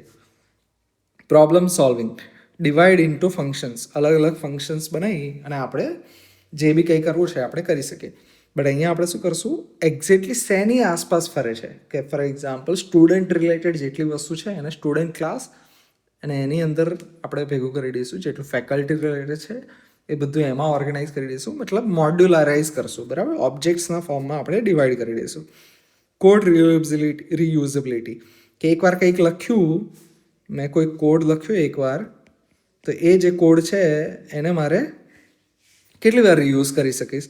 તો આની અંદર લિમિટેડ હોય, જ્યારે આની અંદર અનલિમિટેડ ટાઈમ હોય. કે ફોર એક્ઝામ્પલ મેં યુઝર કરીને એક ક્લાસ અને ઓબ્જેક્ટ બનાવ્યા છે એની અંદર login, logout, change password, reset password, આવી સિમ્પલ ફંક્શનાલિટી એકવાર વેલ ટેસ્ટેડ કરીને મૂકી દીધી. હવે પછી હું આજે મ્યુઝિક સ્ટ્રીમિંગ સર્વિસ બનાવું છું કે પછી જીટીયુ જેવી કોઈ પોર્ટલવાળી વેબસાઇટ બનાવું છું, બંનેની અંદર યુઝરવાળી એ વસ્તુ મારે જરૂર પડશે તો હું સીધું રીયુઝ કરી શકું. મેન્ટેન કરવું ડિફિકલ્ટ હોય કારણ કે એ સ્ટ્રક્ચર્ડ નથી, બરાબર? જ્યારે આની અંદર ઇનિશિયલી થોડી એફર્ટ લાગે, જેમ કે તમને ખ્યાલ છે કે જાવાની અંદર જો પ્રિન્ટ કરાવવું હોય તો એક લાંબો ટાસ્ક થઈ જાય પાયથન કરતાં. બટ એ ઇનિશિયલ હેઝલ પછી મેન્ટેન કરવું અને મોડિફાઈ કરવું ઇઝી થઈ જાય. તો આ જે છે એ મેઇન ડિફરન્સ છે. ઓકે, સો નેક્સ્ટ છે ક્વેશ્ચન 2C ઓર, જે 7 માર્કનો ક્વેશ્ચન છે. અને આ ક્વેશ્ચનની અંદર શું છે? Write a program in Java which has a class shape having 2 overloaded methods, area with input radius and area with input length and width, display the area of circle and rectangle using overloaded methods, right? અહીંયા word જે છે એ છે overloading. 2 method, બંને મેથડનું નામ શું છે? Area. પણ એક મેથડ ઇનપુટમાં લે છે રેડિયસ અને બીજી મેથડ ઇનપુટમાં લે છે લેન્થ અને વિડ્થ. હવે ઓવરલોડિંગ મતલબ શું એ આપણે પ્રેક્ટિકલી જો યાદ હોય તો સેમ નામની મેથડ પણ એની સિગ્નેચર અલગ અલગ હોય. સિગ્નેચર મતલબ ઇનપુટમાં જેવી રીતે અહીંયા છે ને કે રેડિયસ એક ફંક્શન લે અને બીજું ફંક્શન લેન્થ અને વિડ્થ લે, એક ફંક્શન એક ઇનપુટ લે છે, બીજું ફંક્શન બે ઇનપુટ લે છે. સેમ જ ક્લાસની અંદર જ્યારે આવા અલગ અલગ સિગ્નેચર એટલે કે અલગ અલગ ઇનપુટ્સવાળા સેમ ફંક્શન હોય એને ઓવરલોડિંગ કહેવાય. તો અહીંયા આપણે શું કરીએ છીએ, જો સિમ્પલ એક સેપ કરીને ક્લાસ બનાવીશું અને એરિયા મતલબ એરિયા કરીને જે મેથડ છે એ આપણે 2 વાર લખીશું. અને બંનેમાં જે છે એ શું ફરક હશે, નામ બંનેનું સેમ હશે, પબ્લિક વોઇડ એરિયા. પણ આ જે છે જેને આપણે સિગ્નેચર કહીએ, રાઈટ, એ ચેન્જ થઈ જાય કે એકની અંદર ઇનપુટ રેડિયસ લેશે, એકની અંદર ઇનપુટ લેન્થ અને વિડ્થ રહેશે. કેમ? રીઝન એરિયા અલગ અલગ શેપ પ્રમાણે બદલાઈ શકે. જેમ કે અહીંયા આપણે 2 શેપ લઈએ છીએ કે સર્કલ જે છે એનો શેપ અલગ હોય અને રેક્ટેંગલ છે એનો શેપ અલગ હોય. શેપ માટે પેરામીટર્સ અલગ થાય. જેમ કે એક જે છે એનો એરિયા શોધવો હોય તો πr² ફોર્મ્યુલા આવે અને બીજાનો જે ફોર્મ્યુલા શું આવે, લેન્થ મલ્ટીપ્લાય બાય વિડ્થ. તો અહીંયા પાઈ r ઇન્ટુ r એટલે થઈ ગયું a is equals two πr². અને અહીંયા શું આવે, a is equals two length star breadth અથવા તો વિડ્થ. તો આ બંને ફોર્મ્યુલા અલગ થઈ જશે અને બંને અલ્ટિમેટલી શું થશે, area of circle, area of rectangle is equals two circle area અને રેક્ટેંગલ એરિયા. હવે બંને જે છે એનું નામ, મેઇન જે મેથડ છે એનું નામ સેમ છે, એરિયા અને એરિયા, પણ એની સિગ્નેચર અલગ છે અને આખું અંદર ફંક્શન બી અલગ છે. તો આને કહેવાય ઓવરલોડિંગ. હવે ઓવરલોડિંગમાં ખાસ એ છે કે એક જ ક્લાસની અંદર બંને આવેલા હોય. ક્લાસ બદલાતો નથી, શેપ જ ક્લાસ છે અને શેપ ક્લાસની અંદર એરિયા નામની 2 મેથડ છે જેની સિગ્નેચર અલગ અલગ છે. આને ઓવરલોડિંગ કહેવાય. હવે આ કરી દીધું, યુઝ કઈ રીતે થશે કે મેથડ ઓવરલોડિંગ કરીને એક ક્લાસ બનાવ્યો જેની અંદર મેઇન ફંક્શન અને એની અંદર શેપ કરીને એક મેં ઓબ્જેક્ટ બનાવી દીધો, રાઈટ. શેપ કરીને મેં એક ઓબ્જેક્ટ બનાવી દીધો. હવે શેપ ઓબ્જેક્ટ બનાવ્યા પછી નેક્સ્ટ શું કરવાનું, શેપ ડોટ એરિયા ઇનપુટમાં જો એક વેલ્યુ આપું તો ઓટોમેટિકલી એ સમજી જશે કે આ એરિયા મને સર્કલનું એરિયા કહે છે શોધવાનું. અને જો 2 ઇનપુટ આપું તે ઓટોમેટિકલી મને રેક્ટેંગલનું એરિયા આપી દેશે, બરાબર. થોડું આપણે સ્માર્ટ પ્રોગ્રામિંગ કહી શકીએ કે એક ઇનપુટ આવે તો એરિયા ઓફ સર્કલ અને 2 ઇનપુટ આપે તો એરિયા ઓફ રેક્ટેંગલ શોધી આપવાનું. That's it. એકદમ સિમ્પલ પ્રોગ્રામ છે, રાઈટ. 7 માર્ક છે પણ સિમ્પલ પ્રોગ્રામ છે કે મેથડ ઓવરલોડિંગ, મેઇન ફંક્શન, એક ઓબ્જેક્ટ બનાવી લીધો શેપ કરીને અને એ ઓબ્જેક્ટની અંદર 2 અલગ અલગ આપણે સેમ નામની મેથડને 2 અલગ અલગ પેરામીટર સાથે કોલ કરાવીશું. That's it. નેક્સ્ટ છે write a program in Java to demonstrate single inheritance.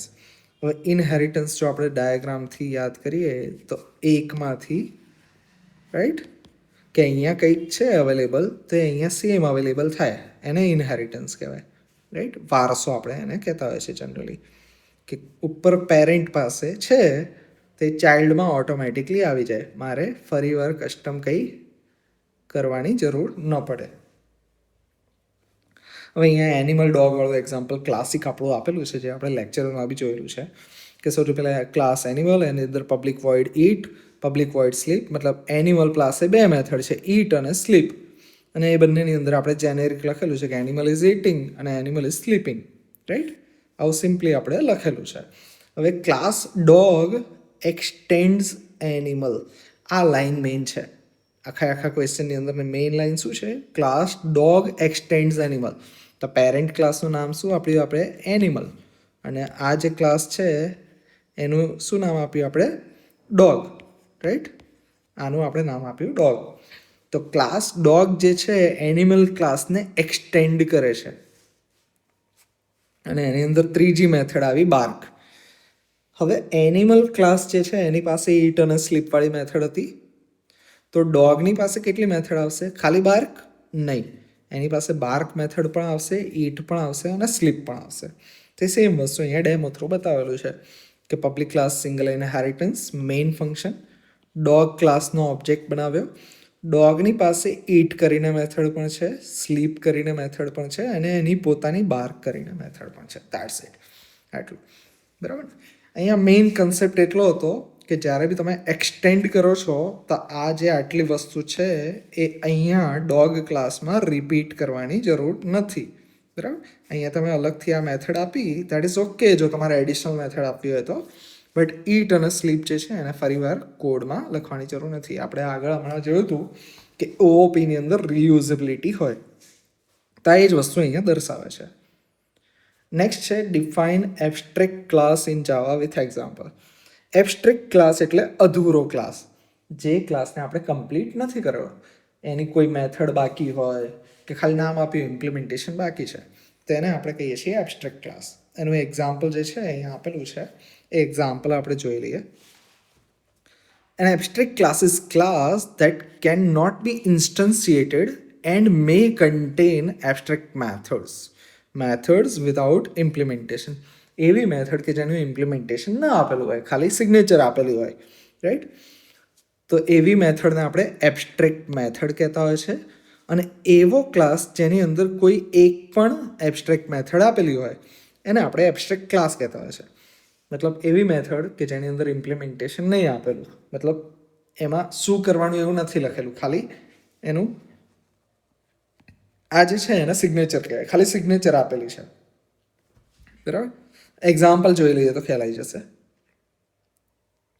જો અહીંયા શું કરવું છે, એક એબ્સ્ટ્રેક્ટ ક્લાસ બનાવ્યો, ક્લાસ વ્હીકલ. નોર્મલી આપણે આવું લખતા હતા, પણ અહીંયા આપણે આગળ એબ્સ્ટ્રેક્ટ લખીશું. કેમ એબ્સ્ટ્રેક્ટ લખીશું એનું રીઝન નીચે છે. સૌથી પહેલાં એક ઇન્સ્ટન્સ વેરિયેબલ લીધો બ્રાન્ડ, કે વ્હીકલની બ્રાન્ડ. હવે એક મેથડ આપણે બનાવી ડિસ્પ્લે બ્રાન્ડ. હવે ડિસ્પ્લે બ્રાન્ડની અંદર કઈ રીતે કામ થશે, તો system dot out dot print line જે છે એની મદદથી બ્રાન્ડ જે છે એને આપણે સ્ક્રીન ઉપર ડિસ્પ્લે કરી દઈશું. તો આ જે મેથડ કહેવાય, આ મેથડ મારી કમ્પ્લીટ મેથડ છે, બરાબર. આ જે મેથડ છે એ શું છે, મારી કમ્પ્લીટ મેથડ છે. અને નેક્સ્ટ જે આ વાળી મેથડ છે પબ્લિક એબ્સ્ટ્રેક્ટ વોઇડ સ્ટાર્ટ અને પબ્લિક એબ્સ્ટ્રેક્ટ વોઇડ સ્ટોપ. આ જે બે મેથડ છે, આ બંને મેથડ કેવી છે, એ બંને મેથડ મારી એબ્સ્ટ્રેક્ટ મેથડ છે. કારણ કે એની અંદર આ છગડે કૌંસની અંદર જે આપણે એક્ઝેક્ટલી શું કરવાનું એ લખ્યું છે કોન્ક્રીટ મેથડમાં, એવું અહીંયા નથી લખતા. અહીંયા ખાલી આપણે એટલું કીધું છે કે સ્ટાર્ટ અને સ્ટોપ, કઈ રીતે સ્ટાર્ટ અને સ્ટોપ થશે વ્હીકલ, એની કોઈ ડિટેલ અહીંયા નહીં આપેલી, કે સ્ટાર્ટ અને સ્ટોપ થતી વખતે શું થશે એવું કશું જ નહીં આપેલું, રાઈટ. ખાલી અને ખાલી સિગ્નેચર આપી છે, તે એબ્સ્ટ્રેક્ટ થઈ ગયું. હવે નેક્સ્ટ શું થશે કે એબ્સ્ટ્રેક્ટ ક્લાસ છે એનો સીધો ઓબ્જેક્ટ બનાવવું અને પછી હું સ્ટાર્ટ અને સ્ટોપ કરવા માટે મેથડ વાપરું તો શું થશે, સ્ટાર્ટ અને સ્ટોપ મેથડ તો એક્ઝેક્ટલી શું કામ કરવું એ કીધેલું જ નથી, તો એ અધૂરું થઈ શકે. અને અધૂરું જે ક્લાસ છે એનો કોઈ દિવસ ઓબ્જેક્ટ ન બને. તો આ જ્યારે આપણે એનો ઓબ્જેક્ટ બનાવવો હોય તો શું કરવું પડે, કાર ક્લાસને એક્સટેન્ડ કરીને, વ્હીકલ ક્લાસને એક્સટેન્ડ કરીને આપણે કાર ક્લાસ બનાવ્યો. હવે એ જે કાર ક્લાસ છે એની અંદર શું કર્યું, public car string brand this dot brand is equals two brand. આ જે છે એ મારો કન્સ્ટ્રક્ટર થઈ ગયો, સિમ્પલ, દર વખતે આવે એ રીતે. હવે અહીંયા સ્ટાર્ટ અને સ્ટોપ મેથડ જે ત્યાં આપણે ઉપર અધૂરી છોડી હતી, રાઈટ. અહીંયા આપણે અધૂરી મેથડ જે છોડી હતી એને આપણે અહીંયા કમ્પ્લીટ કરી, કે જ્યારે બી સ્ટાર્ટ થાય ત્યારે કાર સ્ટાર્ટેડ વિથ કી અને કાર સ્ટોપ વિથ બ્રેક, આવું કંઈક સ્ક્રીન ઉપર લખેલું આવે સિમ્પલ, બરાબર. એક ડમી આપણે સેમ્પલ બનાવીએ છીએ કે જ્યારે બી સ્ટાર્ટ અને સ્ટોપ થાય તો આવું કંઈક લખેલું આવે. પણ ઉપર જ્યારે વ્હીકલ ક્લાસ બનાવ્યો ત્યારે આપણે એને અધૂરી છોડી હતી, જે જ્યારે કાર ક્લાસ બનાવ્યો ત્યારે આપણે એને કમ્પ્લીટ કરી. હવે એક્ઝેક્ટલી એને યુઝ કરવું હોય તો કઈ રીતે યુઝ કરી શકાય, public class abstract demo main function car કરીને જે છે એનો ઓબ્જેક્ટ બને. સમજો તમે, અહીંયા આપણે કાર કરીને જે ક્લાસ બનાવ્યો એનો નીચે ઓબ્જેક્ટ બનાવ્યો, પણ જો વ્હીકલ ક્લાસનો ડાયરેક્ટલી ઓબ્જેક્ટ બનાવવા જવું તો એ નહીં બને, કારણ કે વ્હીકલ ક્લાસ કેવો છે, મારો એબ્સ્ટ્રેક્ટ ક્લાસ છે અને એબ્સ્ટ્રેક્ટ ક્લાસના ઓબ્જેક્ટ ન બનાવી શકીએ. કેમ ન બનાવી શકીએ, કારણ કે એમાં ક્લિયરલી કીધેલું નથી કે સ્ટાર્ટ અને સ્ટોપ કઈ રીતે કરવાનું, એટલે કે એને એબ્સ્ટ્રેક્ટ મેથડ કહેવાય. અને એવો ક્લાસ કે જેની અંદર એક પણ એબ્સ્ટ્રેક્ટ મેથડ હોય તેને એબ્સ્ટ્રેક્ટ ક્લાસ કહેવાય. અને એબ્સ્ટ્રેક્ટ ક્લાસના ઓબ્જેક્ટ ન બને. જે તમારે ઓબ્જેક્ટ બનાવવા હોય તો શું કરવું પડે, એ એબ્સ્ટ્રેક્ટ ક્લાસને તમારે, કે વ્હીકલ ક્લાસ છે એને ઇનહેરિટ કરીને હું કાર કરીને બીજો ક્લાસ બનાવું અને પછી એ જે ક્લાસ છે એના હું ઓબ્જેક્ટ્સ બનાવી શકું. જેમ કે કાર કરીને ક્લાસ બનાવ્યો, હવે car dot display brand, car dot stop અને કાર ડોટ સ્ટાર્ટ આ રીતની મેથડ્સ હું અહીંયા કોલ કરાવી શકું છું. જો વ્હીકલ ઉપર આ સેમ વસ્તુ કરવા જાઉં તો એ મને એરર્સ આપતું. તો આ જે છે એ એબ્સ્ટ્રેક્ટ ક્લાસનો ફંડા છે, જે તમારે જાવામાં પ્રોગ્રામિંગ એક્ઝામ્પલ સાથે સમજાવવાનું હોય છે. નેક્સ્ટ છે write program in Java to implement multiple inheritance using interfaces. હવે મલ્ટિપલ ઇનહેરિટન્સ જે છે એનો ફ્લો કંઈક આવો થાય કે તમારી પાસે એક આ ક્લાસ છે, બીજો તમારી પાસે આ ક્લાસ છે, અને એ બંને ક્લાસમાંથી કંઈક ને કંઈક તમે લો છો, રાઈટ? કે અહીંયા ફોર એક્ઝામ્પલ એ છે, અહીંયા બી છે, તો અહીંયા એ અને બી બંને આવશે, રાઈટ? એવું કંઈક આપણે કરવાનું છે. હવે જાવા ડાયરેક્ટલી એ વસ્તુ એક્સટેન્ડ કીવર્ડથી નહીં સપોર્ટ કરતું. એના માટે આપણે ઇમ્પ્લિમેન્ટેશન કરવા માટે, ઇનહેરિટન્સ કરવા માટે ઇન્ટરફેસીસનો યુઝ કરશો. એ આપણે જોઈ ચૂકેલા છીએ. કઈ રીતે થાય? તો સૌથી પહેલાં તમારે બે ઇન્ટરફેસ બનાવવા પડે. Interface ફ્લાયેબલ, interface સ્વિમેબલ. ફ્લાયેબલની અંદર ફ્લાય કરીને મેથડ, સ્વિમેબલની અંદર સ્વિમ કરીને મેથડ, કે જે સ્વિમ કરવાની એબિલિટી આપે અને ફ્લાય કરવાની એબિલિટી આપે. કે આ જે ઇન્ટરફેસીસ છે, જો મેં કોઈને આપ્યા તે સ્વિમ કરી શકે અને ફ્લાય કરી શકે. હવે શું કરશું? એક ડક કરીને ક્લાસ બનાવ્યો જે ઇમ્પ્લિમેન્ટ કરે છે ફ્લાયેબલ અને સ્વિમેબલ બંને ઇન્ટરફેસીસને, કે જેની પાસે બંને એબિલિટી છે, કે ફ્લાય પણ કરી શકે અને સ્વિમ પણ કરી શકે. હવે અહીંયા એક્ઝેક્ટલી ઇમ્પ્લિમેન્ટ કરતી વખતે કઈ રીતે કરવાનું? એક નોર્મલ વેરિયેબલ લીધો, એનો કન્સ્ટ્રક્ટર બનાવ્યો સિમ્પલ. દર વખતે આપણે હવે કન્સ્ટ્રક્ટરને રિપીટ નહીં કરીએ. આગળનો જે કન્સ્ટ્રક્ટરનો ફંડા છે એ યાદ રાખવાનો. હવે આપણે શું કરીએ છીએ કે ઉપર જે ફ્લાય અને સ્વિમ એ જે બે મેથડ્સ છે, એ બે મેથડનું ખાલી નામ આપ્યું હતું એને અહીંયા આપણે કમ્પ્લીટ કરશું. કંઈક એબ્સ્ટ્રેક્ટ ક્લાસ જેવું જ છે કે ઉપર ખાલી સિગ્નેચર આપીશું અને અહીંયા આપણે કમ્પ્લીટ કરીશું. સેમ જ છે, બટ એનો ફરક આપણે લેક્ચરમાં જોયો હતો કે એબ્સ્ટ્રેક્ટની અંદર આપણે મિક્સ કરી શકીએ, કે અમુક કોન્ક્રીટ હોય અને અમુક અધૂરી હોય, એવું થઈ શકે. બટ ઇન્ટરફેસીસમાં એવું ના હોય. ઇન્ટરફેસીસમાં હંમેશા અધૂરી મેથડ્સ જ હોય, કોઈ દિવસ કમ્પ્લીટ મેથડ ન આવે. તો ફ્લાય કરતી વખતે શું આવે કે this is flying in the sky અને this is swimming in the water. આવા કંઈક મેસેજ આપણે સ્ક્રીન ઉપર પ્રિન્ટ થાય ફ્લાય મેથડ અને સ્વિમ મેથડથી. અને વોક કરીને ત્રીજી એક મેથડ એડ કરી, જેની પોતાની છે, બરાબર? ઇનહેરિટ કરેલી બે મેથડ જેનું ઇમ્પ્લિમેન્ટેશન કર્યું, અને વોક કરીને નવી મેથડ લાવ્યો કે જેને ઉપરના ક્લાસીસથી કોઈ લેવા રહ્યા નથી, રાઈટ? કે ફોર એક્ઝામ્પલ અહીંયા એ છે, અહીંયા બી છે, તો અહીંયા એ બી તો ખરી, પણ જોડે જો સી લખવું હોય મારે તો એ પણ પોસિબલ છે કે મારું નવું કંઈક એડ કરવું છે, બરાબર? મમ્મીનું કંઈક લીધું, પપ્પાનું કંઈક લીધું, બટ મારું ખુદનું પણ કંઈક નવું એડ કરવું છે, તો આઈ કેન ડુ ઇટ. કે ડક કરીને જે છે એ ફ્લાયેબલ છે, સ્વિમેબલ છે. આ બંને પાસેથી એણે બે મેથડ્સ લીધી અને એ મેથડને અહીંયા ઇમ્પ્લિમેન્ટ કરી કે જ્યારે બી ફ્લાય અને સ્વિમ થાય તો શું થશે સ્ક્રીન ઉપર પ્રિન્ટ, અથવા શું થશે એક્ઝેક્ટલી. બટ વોક કરીને એક ત્રીજી મેથડ પણ લાવી જે ઉપરના બે ઇન્ટરફેસીસમાં નહોતી, રાઈટ? ફ્લાયેબલમાં પણ નહોતી, સ્વિમેબલમાં પણ નહોતી, પણ અહીંયા છે. આ થઈ ગયો આખો મારો. શું કર્યું આપણે? જો બે ઇન્ટરફેસીસ બનાવ્યા. બે ઇન્ટરફેસીસ બનાવ્યા પછી એને કોઈ એક ક્લાસની અંદર ઇમ્પ્લિમેન્ટ કર્યા, ડક ક્લાસની અંદર. હવે ડક ક્લાસ બની ગયો. હવે મારો મેઇન ક્લાસ આવ્યો જેની અંદર મેઇન મેથડ હશે, જ્યાં હું યુઝ કરીશ. હંમેશા જે છેલ્લે ક્લાસ આવશે એ શું આવશે? જેની અંદર હું બધી વસ્તુ યુઝ કરીશ, ઉપરના બધા ક્લાસીસની અંદર જે કંઈ બી બનાવ્યું એ. તો અહીંયા ડક કરીને ઓબ્જેક્ટ બનાવું છું અને duck dot fly, duck dot swim અને ડક ડોટ વોક. આ બે મેથડ ઇનહેરિટન્સથી લીધેલી છે એણે મેથડ. આ એની પોતાની યુનિક મેથડ છે. નેક્સ્ટ છે write program in Java to demonstrate multi level inheritance. Multi level એટલે મલ્ટી સ્ટોરી બિલ્ડિંગ જેવું, બરાબર? ગ્રાઉન્ડ ફ્લોર, પછી ફર્સ્ટ ફ્લોર, પછી સેકન્ડ ફ્લોર, પછી થર્ડ ફ્લોર. મતલબ ઇનહેરિટન્સ આ રીતે કંઈક હોય કે એકમાંથી બીજું, બીજામાંથી પછી નેક્સ્ટ ત્રીજું, રાઈટ? આ રીતે એ થાય કે આમાંથી આમાં, આમાંથી આમાં. આપણે ટિપિકલ એનું એક્ઝામ્પલ જો યાદ રાખીએ તો ગ્રાન્ડફાધર, ફાધર અને સન, રાઈટ?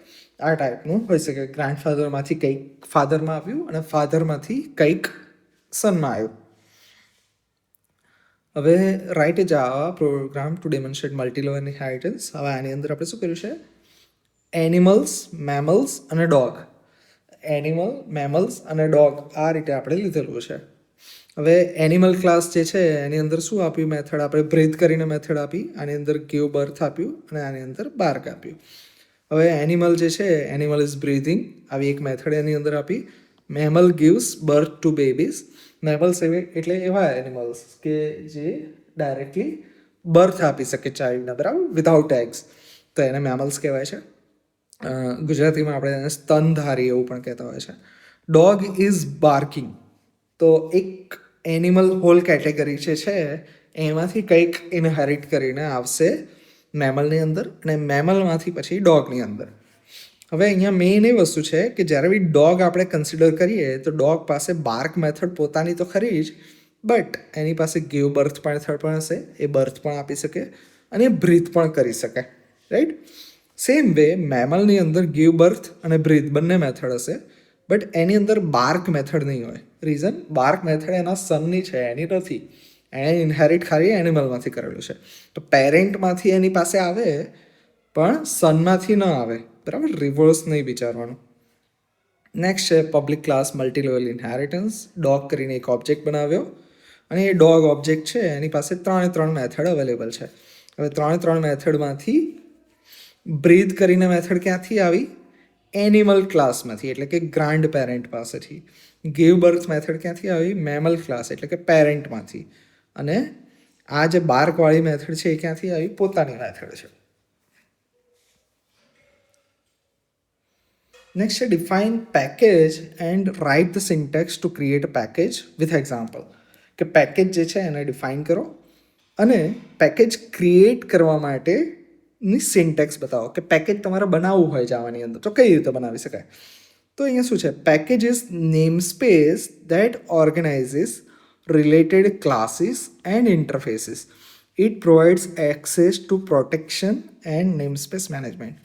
કે તમારે પ્રોપરલી કંઈક નેમિંગ કરવું છે, જેમ કે આપણે અલગ અલગ પેકેજીસ વાપરી ચૂક્યા છે. કયા?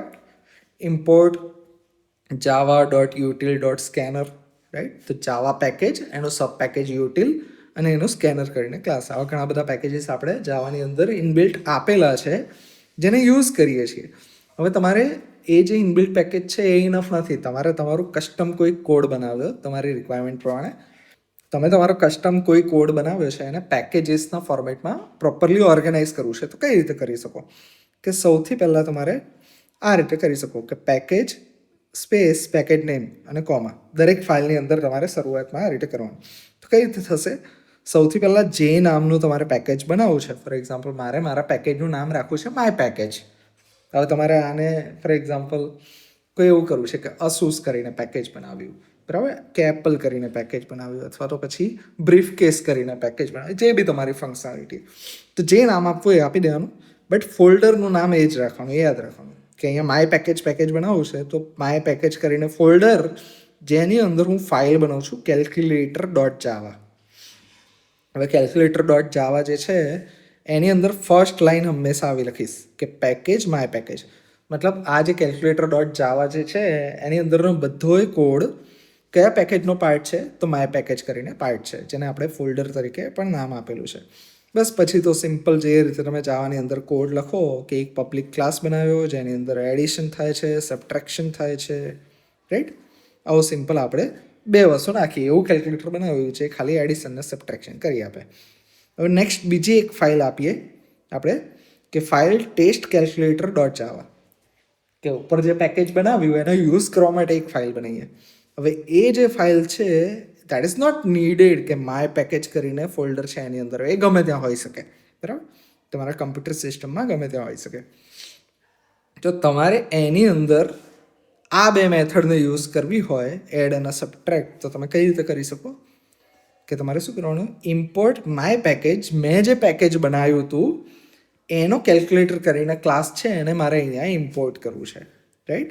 તમે જ્યારે પેકેજ બનાવ્યું એની અંદર કેલ્ક્યુલેટર કરીને ક્લાસ બનાવ્યો તો બીજી ફાઇલની અંદર તમે આ રીતે ઇમ્પોર્ટ કરી શકો કે ઇમ્પોર્ટ માય પેકેજ કરીને પેકેજ છે એનો કેલ્ક્યુલેટર ક્લાસ. જે રીતે આપણે આગળ શું કરતા હતા? Import java.util.scanner. તમે સ્કેનર કરીને ક્લાસને જે તે પેકેજમાંથી લાવતા હતા એવી રીતે હવે તમે શું કરો છો, હવે જાવાનું બનાવેલું નહીં, હવે તમારું બનાવેલું કેલ્ક્યુલેટર ક્લાસ છે એને તમારે અહીંયા ઇમ્પોર્ટ કરશો. પછી નોર્મલી યુઝ કરવા માટે આપણે એક ક્લાસ બનાવીએ, એક મેઇન મેથડ લઈએ અને જે કેલ્ક્યુલેટર ક્લાસ આપણે બનાવ્યો એ ક્લાસનો એક ઓબ્જેક્ટ બનાવીશું અને પછી સિમ્પલી અહીંયા addition is equals to calculator dot add 10,15 અને સબટ્રેક્ટ 10,5. તો આનાથી શું થશે, જે બીજી ફાઇલમાં તમે કોડ લખ્યો છે એને તમે આ રીતે અહીંયા રીયુઝ કરી શકો. રીયુઝેબિલિટી માટે પેકેજીસ ખૂબ જ ઇમ્પોર્ટન્ટ છે. ક્વેશ્ચન 3C ઓર 7 માર્કનો ક્વેશ્ચન છે, જેનો ક્વેશ્ચન છે write program in Java to demonstrate method overriding. Method overloading એનો આપણે પ્રોગ્રામ ઓલરેડી જોઈ ચૂક્યા છીએ. અહીંયા હવે ચેન્જ એ છે કે ઓવરલોડિંગની જગ્યાએ વર્ડ છે ઓવરરાઇડિંગ. ઓવરલોડિંગ જો યાદ હોય તો એમાં એવું હતું કે સેમ ક્લાસની અંદર બે મેથડ, દેટ્સ જસ્ટ મતલબ થોડુંક જો આપણે આગળ જઈએ તો આપણને ક્યાંક ઓવરલોડિંગવાળું દેખાઈ જશે. થોડુંક જોઈ લઈએ તો તમને yes this is the one. આ રહ્યું ઓવરલોડિંગ. હવે આની અંદર શું હતું, એક જ ક્લાસ જેની અંદર એરિયા નામની બે મેથડ, અને બંને મેથડ જે છે એમાં બધું સેમ, ખાલી ફરક શું હોય કે એક ઇનપુટ લે, એક બે ઇનપુટ લે, એટલે અંદરની આખી સ્ટોરી જે છે એ બદલાઈ જાય, બરાબર. બટ અહીંયા મેઇન ફરક શું છે, એક જ ક્લાસ અને એ જે ક્લાસ છે એ ક્લાસની અંદર એક જ નામની બે મેથડ. હવે બેક ટુ ઓવરરાઇડિંગ. ઓવરરાઇડિંગની અંદર આપણે શું ચેન્જ કરીએ છીએ એ જોઈ લઈએ આપણે. તો ઓવરરાઇડિંગની અંદર એવું છે કે ક્લાસ એક જ નહીં હોય, ક્લાસ બદલાઈ જશે, નામ સેમ રહેશે પણ ક્લાસ બદલાઈ જશે. શું છે, એનિમલ ક્લાસ, એની અંદર મેક સાઉન્ડ કરીને મેથડ, મૂવ કરીને મેથડ, અને ડોગ એક્સટેન્ડ્સ એનિમલ. હવે ડોગની પાસે એનિમલ ક્લાસની મેક સાઉન્ડ અને મૂવ બંને મેથડ આવી અને એણે નવી મેથડ્સ જે બનાવી હોય એ બનાવી શકે, બટ એ ડિસાઈડ કરે છે કે અહીંયા એનિમલ મેક્સ સાઉન્ડ આવું લખેલું છે, મારે આવો મેસેજ નહીં જોતો. આઈ વોન્ટ કે જ્યારે મારો ઓબ્જેક્ટ ઉપર મેક સાઉન્ડ મેથડ આવે તો ડોગ બાર્ક્સ વુફ વુફ આવું કંઈક પ્રિન્ટ થઈને આવે, રાઈટ. તો મેક સાઉન્ડને આપણે અહીંયા જે બિહેવિયર હતો એના કરતાં અહીંયા ચેન્જ કર્યો. સેમ રીતે મૂવ કરીને જે મેથડ છે એમાં બી dog runs on the 4 legs, અહીંયા એનિમલ મૂવ્સ ખાલી એટલું લખ્યું હતું, અહીંયા સ્પેસિફિકલી ડોગ માટે બિહેવિયર કેવો હશે એને આપણે કસ્ટમાઇઝ કર્યું. મતલબ પેરેન્ટ પાસેથી જે મેથડ આવી કે પેરેન્ટ પાસેથી આપણને કંઈક મળ્યું તો આપણે એઝ ઇટ ઇઝ એક્સેપ્ટ નહીં કરતા, એને આપણા પ્રમાણે બ્લાઇન્ડ કરીશું, આપણા પ્રમાણે ટ્યુન કરશું, આપણા પ્રમાણે શેપ આપવાનો ટ્રાય કરશું. એને કહીએ ઓવરરાઇડિંગ, કે કોઈકે કંઈક કર્યું છે એને તમે ભૂસીને નવેથી કંઈક કરવાનો ટ્રાય કરો, એને ઓવરરાઇડિંગ કહેવાય. અને નેક્સ્ટ છે કેટ ડોટ એક્સટેન્ડ. જેવી રીતે ડોગે એક્સટેન્ડ કર્યું આ રીતે, એવી રીતે સેમ બંને મેથડને કેટ કંઈક આ રીતે એક્સટેન્ડ કરી શકે, કેટ મ્યાઉસ મ્યાઉસ અને કેટ વોક સાયલેન્ટલી, આવું કંઈક સિમ્પલ તમને ડેમો આપેલો છે. અને દેટ્સ ઇટ. અહીંયા પછી એના અલગ અલગ ક્લાસીસનો ઓબ્જેક્ટ બનાવીને તમે અહીંયા યુઝ કરી શકો એવું બતાવ્યું છે. કે એનિમલ ક્લાસનો એક ઓબ્જેક્ટ બનાવ્યો, પછી આપણે શું કર્યું, ડોગ ક્લાસનો એક ઓબ્જેક્ટ બનાવ્યો અને એની ઉપર આ બે મેથડ યુઝ કરી, અને કેટ ક્લાસનો એક ઓબ્જેક્ટ બનાવ્યો જેની ઉપર આ બે મેથડ યુઝ કરી, બરાબર.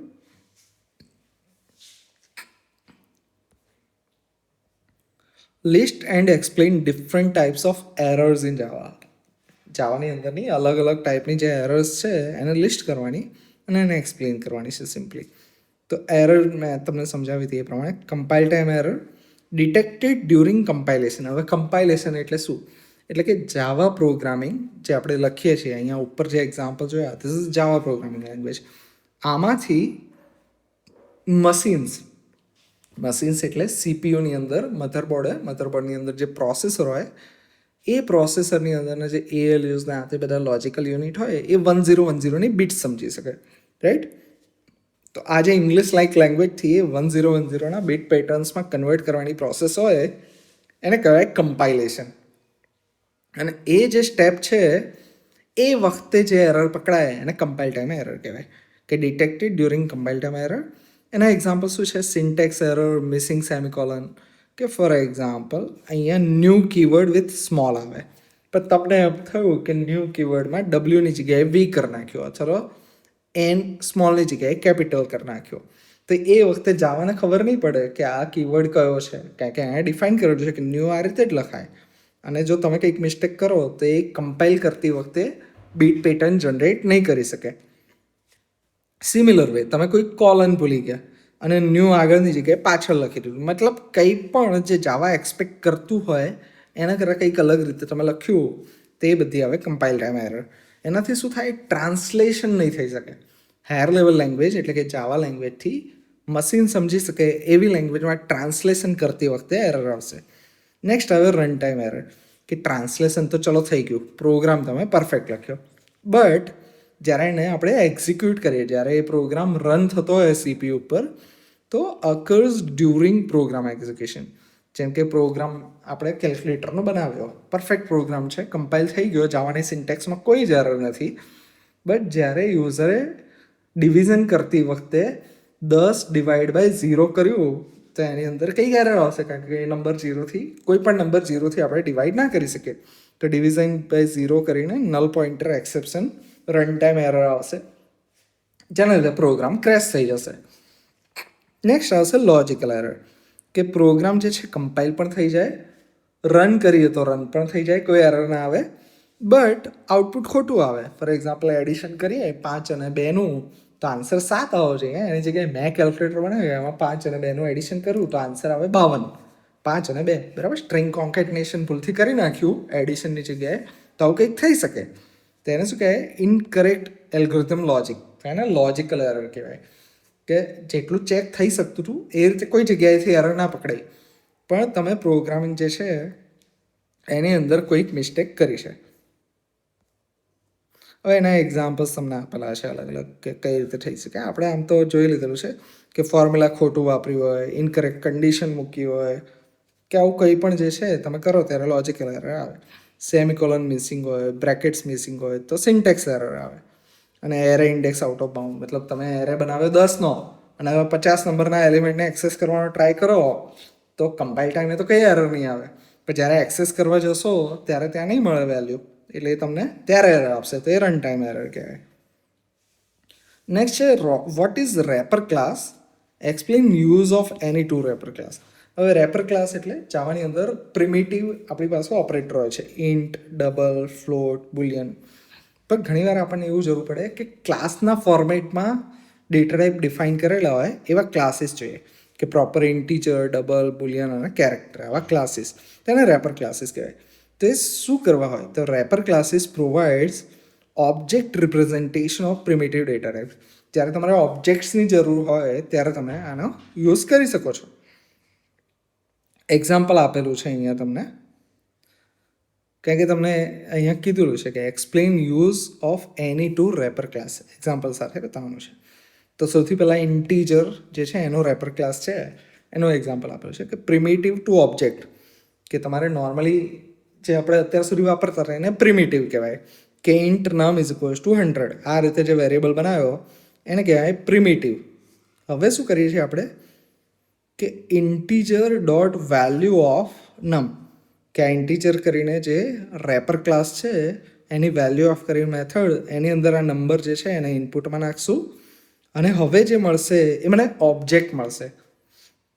અહીંયા એક નોર્મલ મળતું હતું કે જેની અંદર સીધું 100 સ્ટોર્ડ છે, બટ હવે આપણે શું કરીશું, એક ઓબ્જેક્ટ બનશે અને એ ઓબ્જેક્ટની અંદર આવશે, જેની ઉપર અલગ અલગ મેથડ્સ આપણે કરી શકીએ.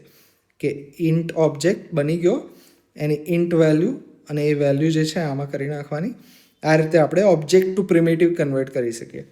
અને એની બીજી યુટિલિટી મેથડ્સ પણ આવતી હોય છે, કે સ્ટ્રિંગ str, હવે ઇન્ટીજર રેપર ક્લાસ જે છે એમાંથી જો મારે ઇન્ટીજરમાં કન્વર્ટ કરવું હોય તો હું આ રીતે કરી શકું છું.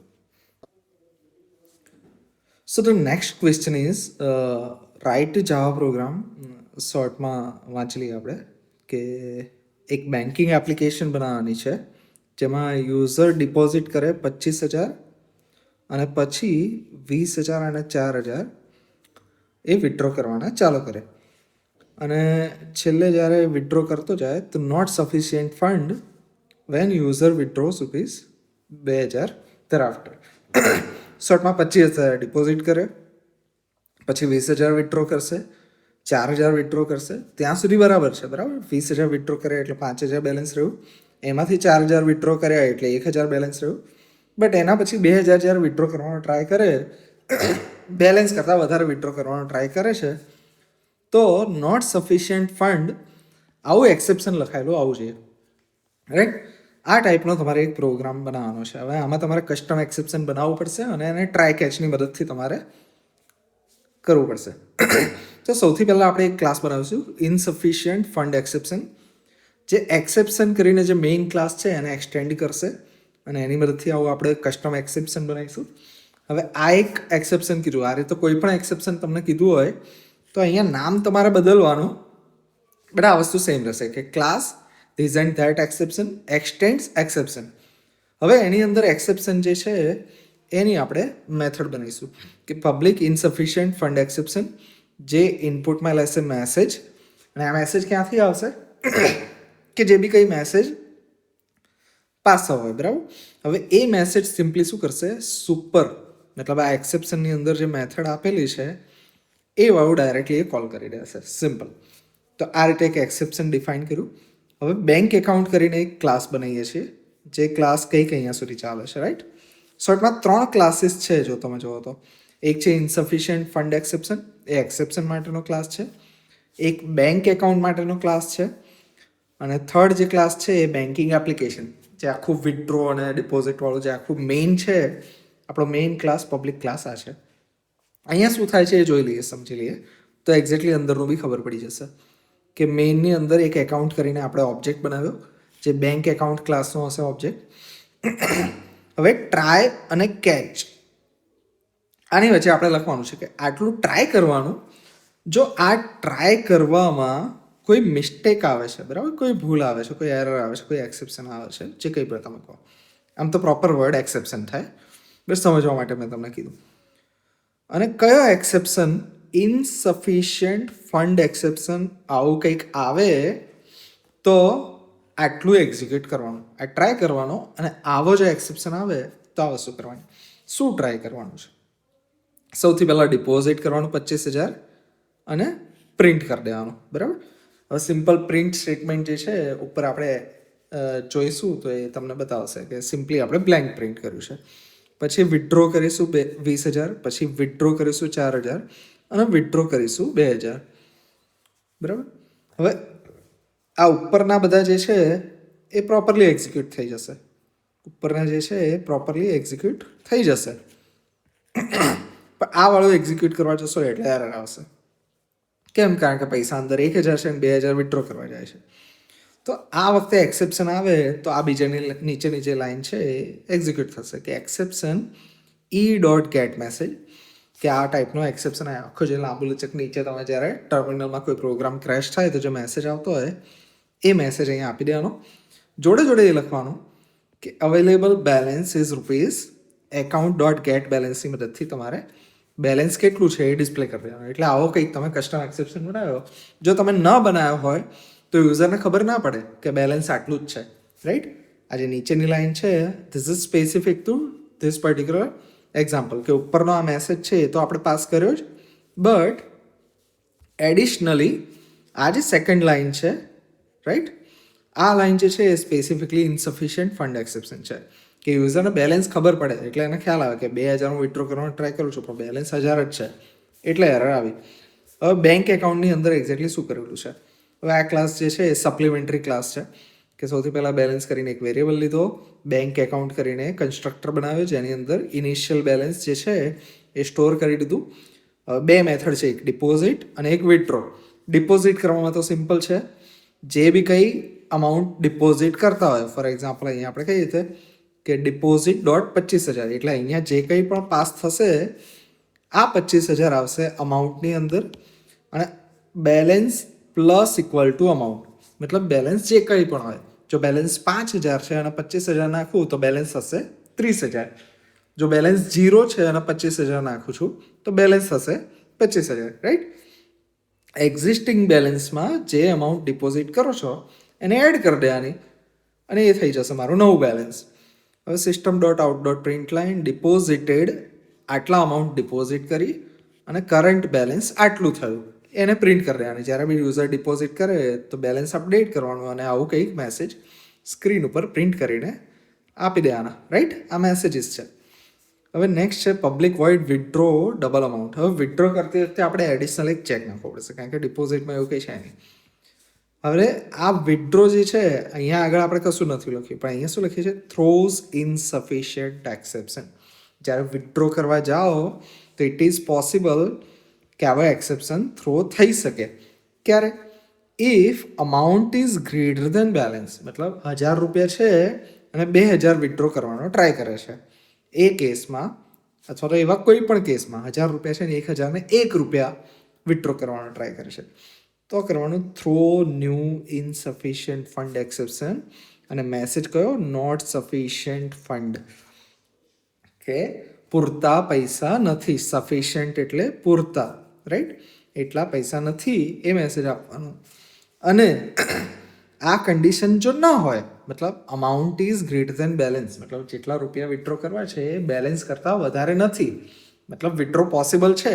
જો પોસિબલ હોય તો અહીંયા શું કરતા હતા? બેલેન્સમાં આપણે એટલા રૂપિયા એડ કરતા હતા, અહીંયા એટલા રૂપિયા આપણે માઇનસ કરી દેવાના.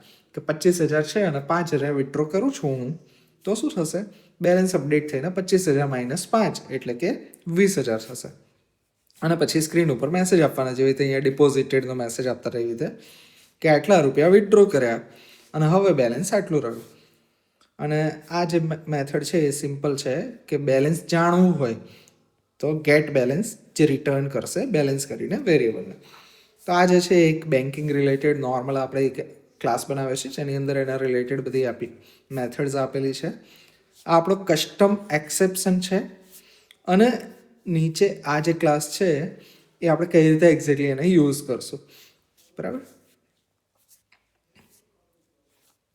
હવે નેક્સ્ટ છે describe the complete life cycle of thread. Thread જે છે એની કમ્પ્લીટ લાઈફ સાયકલ, ક્યાંથી કઈ રીતે કયા કયા સ્ટેજીસમાં એ જશે, રાઈટ?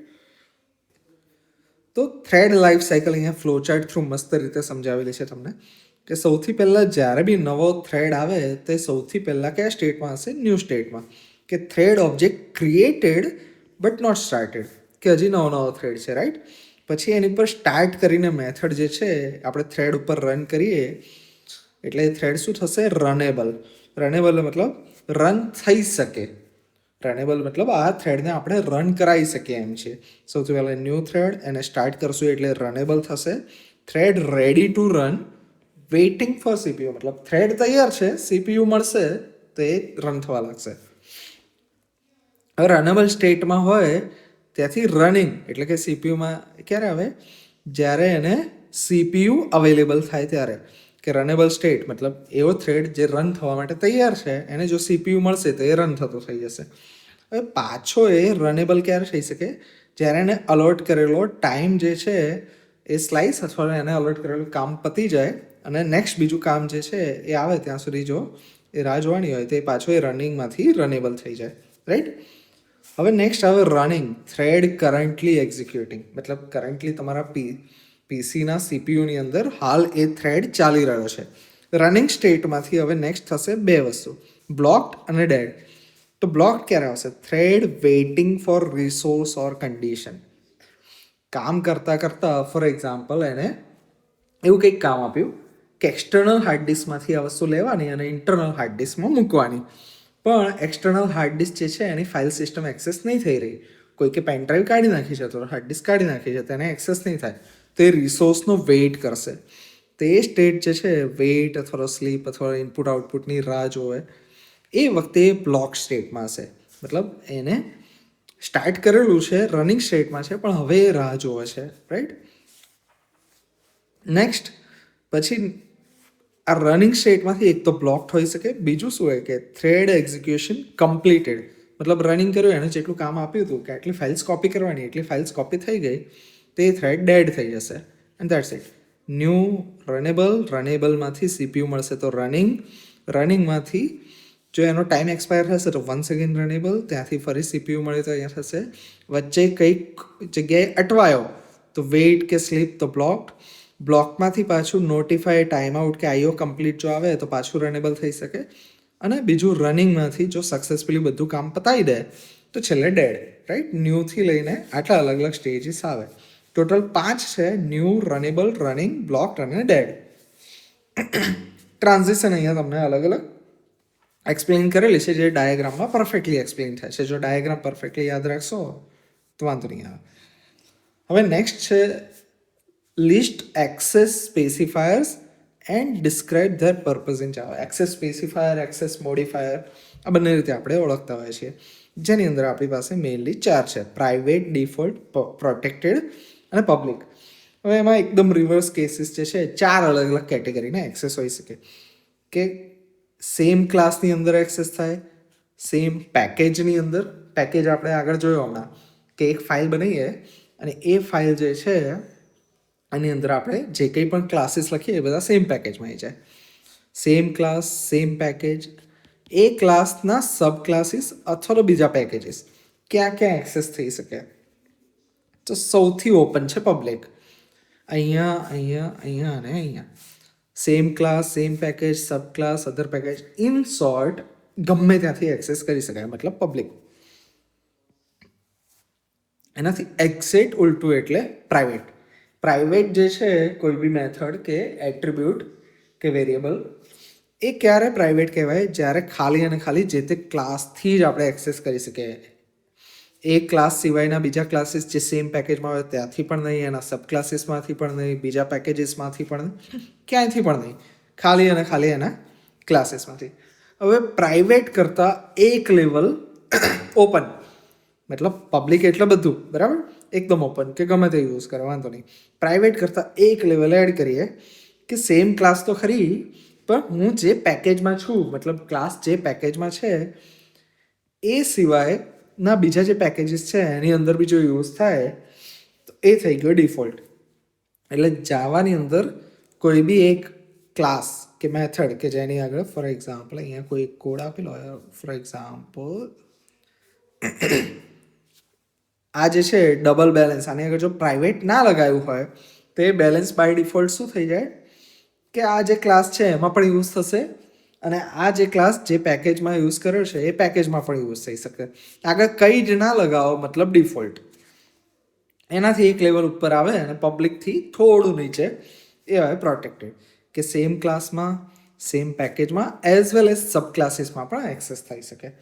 કે પેરેન્ટને ચાઇલ્ડ વાળું છે તો પેરેન્ટની અંદર બી એક્સેસ થાય, બટ જોડે જોડે એના ચાઇલ્ડને બી એક્સેસ આપે, દેટ ઇઝ પ્રોટેક્ટેડ. હવે એના અલગ અલગ પર્પઝીસ કેમ શું છે એ થોડું ઘણું વાંચી લેશો, ખ્યાલ આવી જશે. ઇઝી વસ્તુ છે. આ મેઇન જે કી ડિફરન્સ છે એ યાદ રાખશો તો બાકીનું બધું ઇઝી છે. નેક્સ્ટ છે write program that executes 2 threads. 2 thread execute થાય.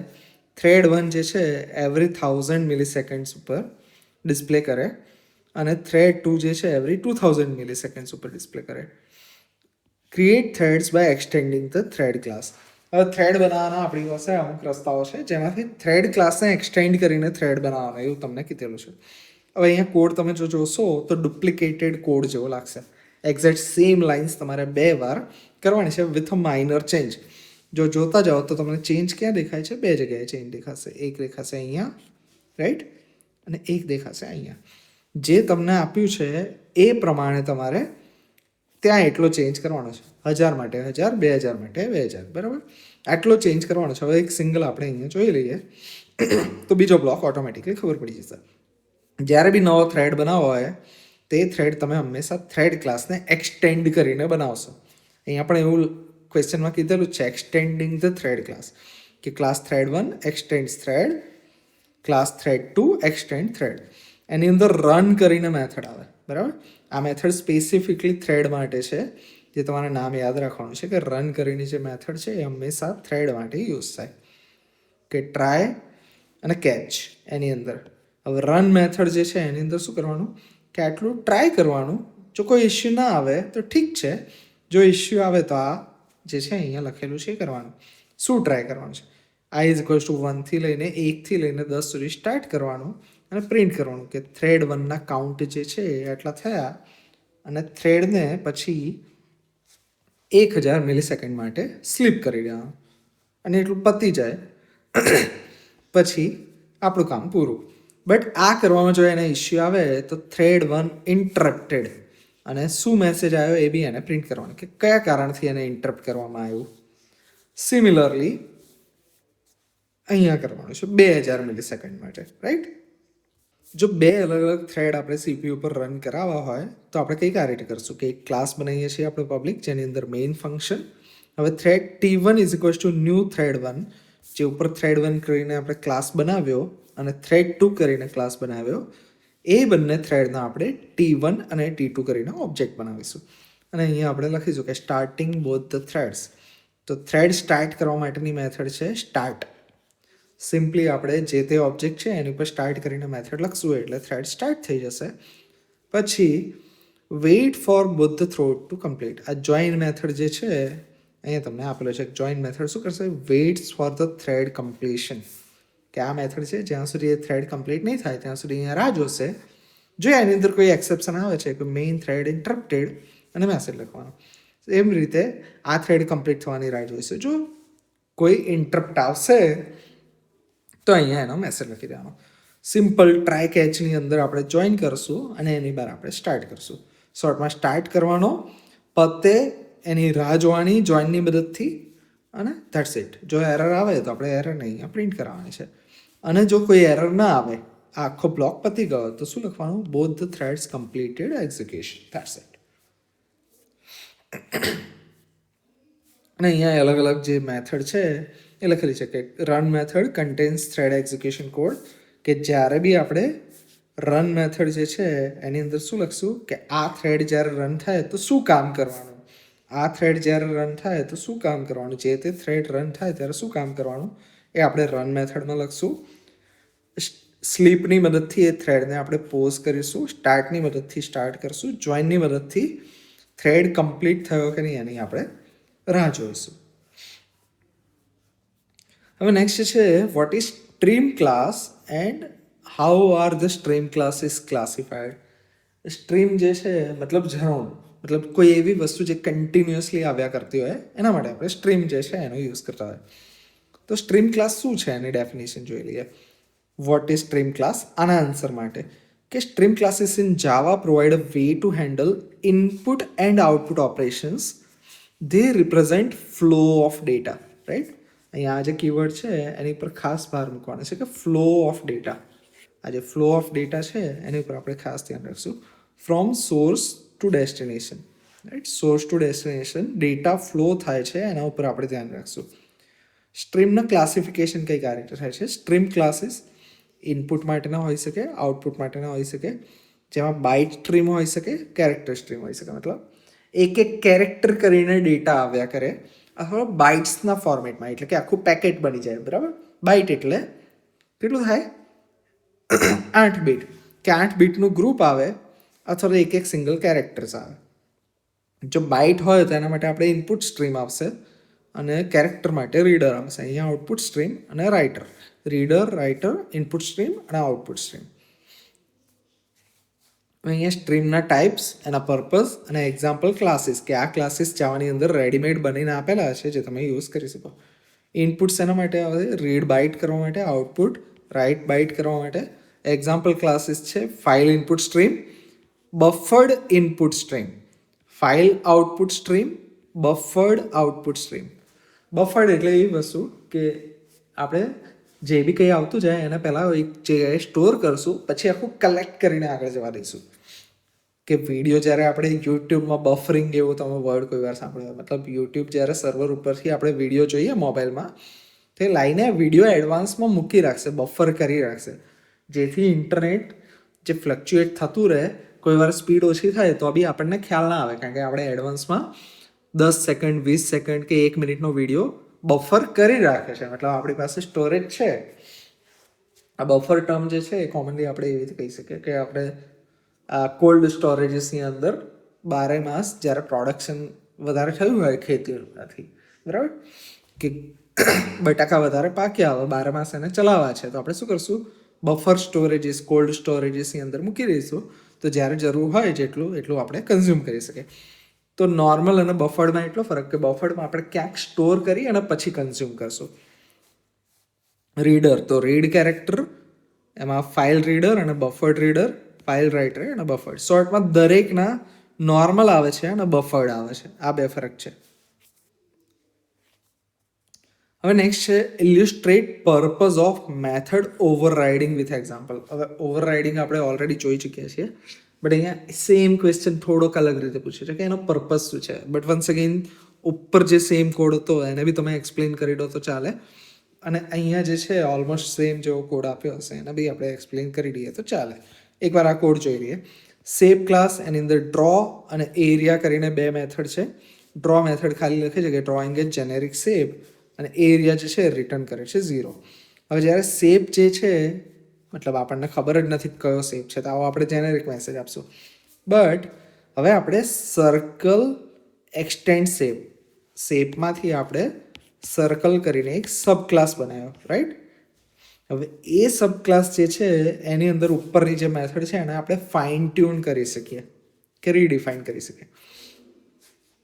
તો આ તો એનો કન્સ્ટ્રક્ટર થઈ ગયો. This is usual, nothing else.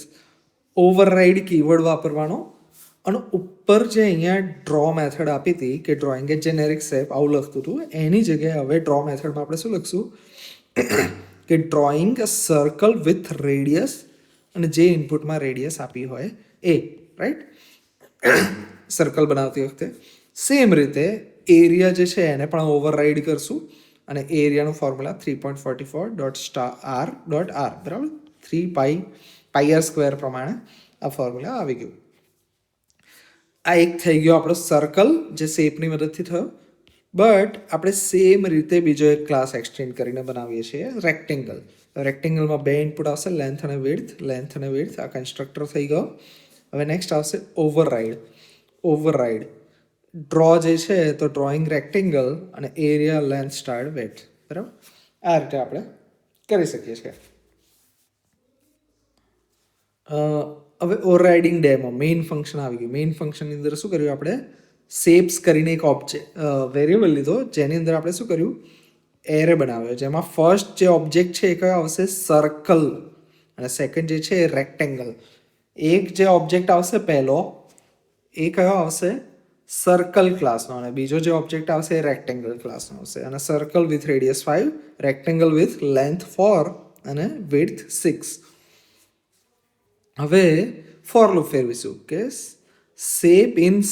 Shapes કરીને જે એરે છે જેની અંદર ફર્સ્ટ ઓબ્જેક્ટ છે સર્કલનો ઓબ્જેક્ટ અને સેકન્ડ જે છે રેક્ટેંગલનો ઓબ્જેક્ટ, કે આપણે સર્કલ C1 લઈ લઈએ અને પછી રેક્ટેંગલ 1. તેમાંથી ફર્સ્ટ શેપ લેવાનો, એ શેપ ઉપર ડ્રો મેથડ, એ શેપ ઉપર એરિયા મેથડ, અને પ્રિન્ટ કરવાનો કે ડ્રો મેથડથી શું કોલ થાય છે, એરિયા મેથડથી શું એરિયા કેલ્ક્યુલેટ થાય છે, એ પહેલા માટે, સેમ રીતે બીજા માટે. શોર્ટમાં આ રીતે જેનેરિક આપણે ફોર લૂપ્સ ફેરવી શકીએ, એ રીતનું આપણે અહીંયા કરેલું છે ઓવરરાઇડિંગની મદદથી, રાઈટ. શું કર્યું, સૌથી પહેલાં આપણે શેપ ક્લાસ એની અંદર ડ્રો અને એરિયા, સર્કલ ક્લાસ એની અંદર ડ્રો અને એરિયા, અને રેક્ટેંગલ ક્લાસ એની અંદર ડ્રો અને એરિયા. શોર્ટમાં અહીંયા જે બિહેવિયર હતો એને આ લોકો એમની મરજી પ્રમાણે ચેન્જ કરી શકે બંને classes. This is overriding. Write a program in Java to perform read and write operations on a text file named abc.txt. abc.txt કરીને ફાઇલ છે, એક નોટપેડની ફાઇલ આપણે કહી શકીએ છીએ, એની અંદર નોર્મલ ટેક્સ્ટ લઈ શકાય. એમાંથી કંઈક રીડ કરવાનું, એમાં કંઈક રાઇટ કરવાનું, એવું આપણે જાવાની મદદથી કરવાનું છે. તો java.io. ઇનપુટ આઉટપુટ માટે io .star મતલબ એના બધા જ ક્લાસીસ મારે અહીંયા અવેલેબલ હોય એવું કરવું છે. .star મતલબ એ પેકેજના દરેક ક્લાસ. હવે એક નોર્મલ ક્લાસ આપણે બનાવી દીધો, પબ્લિક ફાઇલ ઓપરેશન્સ કરીને ક્લાસ, રાઈટ. અને એની અલગ અલગ મેથડ્સ છે. હવે આપણે અહીંયા શું કરીએ છીએ કે મેઇન જે છે એની અંદર આપણે આટલું કરીએ છીએ કે abc.txt કરીને ફાઇલ જે છે એને આપણે આવું નામ આપી દીધું, અને એની ઉપર આપણે કોલ કરાયું કે રાઇટ ટુ ફાઇલ અને રીડ ફ્રોમ ફાઇલ. હવે બે ઓપરેશન્સ કરવાના છે. હવે આ બે ફંક્શન્સ જે છે એ આપણે ક્યાં કરીએ છીએ, કઈ રીતે કરીએ છીએ, તો કઈ રીતે, સૌથી પહેલાં public static void write to file કરીને મેથડ છે જે ઇનપુટમાં લે છે ફાઇલનું નામ, એટલે કે abc.txt. રાઇટ કરવા માટે આપણે ટ્રાય કરશું, કારણ કે રાઇટ કરવા જઈએ પણ ફાઇલ એક્ઝિસ્ટ જ નહીં કરતી, તો કંઈ બી હોઈ શકે, કંઈ પણ વસ્તુ ખોટું થઈ શકે, હાર્ડ ડિસ્ક બગડી ગઈ તો કંઈ પણ થઈ શકે. તો હંમેશા ટ્રાયની અંદર આપણે લખીશું. તો સૌથી પહેલાં આપણે ફાઇલ રાઇટર કરીને ક્લાસ છે જે ઇનપુટમાં લેશે ફાઇલ નામ, એનો એક ઓબ્જેક્ટ બનાવીશું. ઓબ્જેક્ટનું નામ આપ્યું રાઇટર.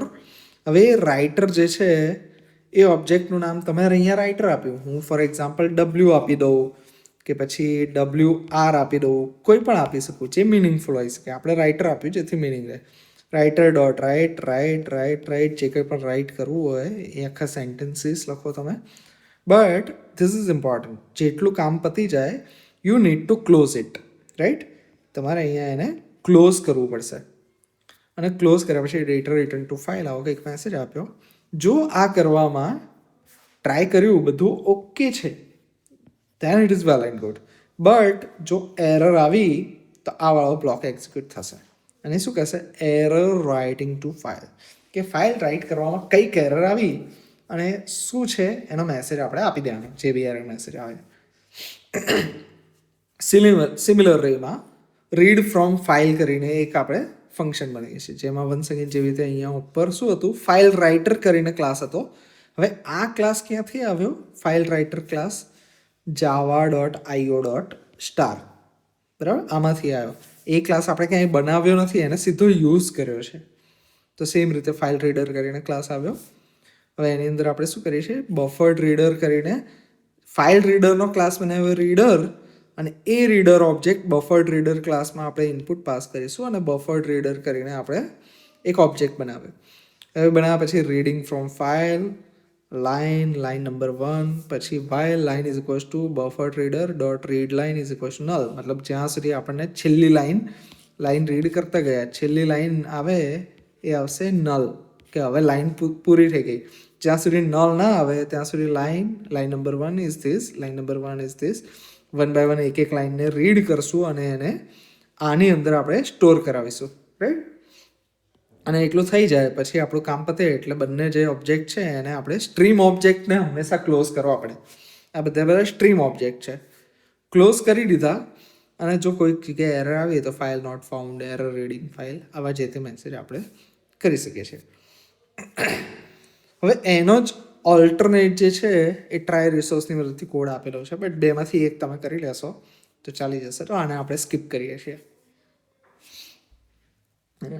કારણ કે વિડીયો ઓલરેડી બહુ લોંગ થઈ રહ્યો છે. સો ક્વેશ્ચન 5A ઓર ઓપ્શનલ જે છે આ 5 ક્વેશ્ચન આપણે લાસ્ટ જોઈ લઈએ એટલે we are done. Input stream જે છે એ 3 ટાઈપના હોય છે, file input, byte array input અને ફિલ્ટર ઇનપુટ. ફિલ્ટરની અંદર બફર્ડ ઇનપુટ અને ડેટા ઇનપુટ, આ 2 ટાઈપના અલગ અલગ હોય છે. હવે એની અલગ અલગ મેથડ હોય છે. મેથડ જે છે એનો યુઝ કઈ રીતે થાય છે, રીડ મેથડ શું કરશે, read is a single byte. Read ઇનપુટમાં જો બાઇટ આપીએ તો read bytes into array available, returns available bytes, કે કેટલી બાઇટ અવેલેબલ છે. ક્લોઝ મતલબ સ્ટ્રીમને ક્લોઝ કરવા માટે, જે આપણે ઓલરેડી યુઝ કર્યું. અને સ્કીપ સ્પેસિફાઈડ બાઇટને સ્કીપ કરવા માટે યુઝ થાય છે. બધાના એક્ઝામ્પલ અહીં આપેલા છે કે રીડ મેથડને કોલ કરીએ તો એક મારો સ્ટ્રીમ ટાઈપનો ઓબ્જેક્ટ છે, એની ઉપર રીડ કરીને મેથડ કોલ કરવું તો એ રીડ કરશે અને બાઇટની અંદર એટલે કે બીની અંદર સ્ટોર કરશે. રીડ અને બાઇટ એરે, બફર એટલે મતલબ મલ્ટિપલ ઓલરેડી અંદર સ્ટોર્ડ છે એટલે એ એરે હશે, તો એ એરે જે છે એ રીડ કરી દેશે અને એરેની અંદર સ્ટોર કરી દેશે. અવેલેબલ, તો આ સ્ટ્રીમની અંદર કેટલા બાઇટ્સ અવેલેબલ છે તો એનો કાઉન્ટ આપણને આની અંદર મળી જશે. Int count is equal to in dot available, byte સ્ટ્રીમને ક્લોઝ કરવા માટે ઇન ડોટ ક્લોઝ, અને 10 બાઇટ જે હવે આવશે નવી એને સ્કીપ કરી દેવી છે. મતલબ હું કન્ટિન્યુઅસલી રીડ કર્યા કરું છું તો હવે જે નેક્સ્ટ 10 આવવાની છે એને મારે સ્કીપ કરવી છે તો આપણે અહીંયાથી સ્કીપ કરી શકીએ છીએ. એક્ઝામ્પલ એનું અહીંયા આપેલું છે કે trial file input stream FIS is equals two, આ એક ઓબ્જેક્ટ બનાવ્યો છે શેનો, ફાઇલ ઇનપુટ સ્ટ્રીમ ક્લાસનું. ફાઇલનું નામ આપશો ઇનપુટમાં, સ્ટ્રીમ જે છે એ ક્લાસ લીધો અને FIS કરીને ઓબ્જેક્ટ બનાવ્યો. હવે FIS જે છે એ શોર્ટ ફોર્મ કર્યું ફાઇલ ઇનપુટ સ્ટ્રીમ, એનું ઇન્ટ ડેટા.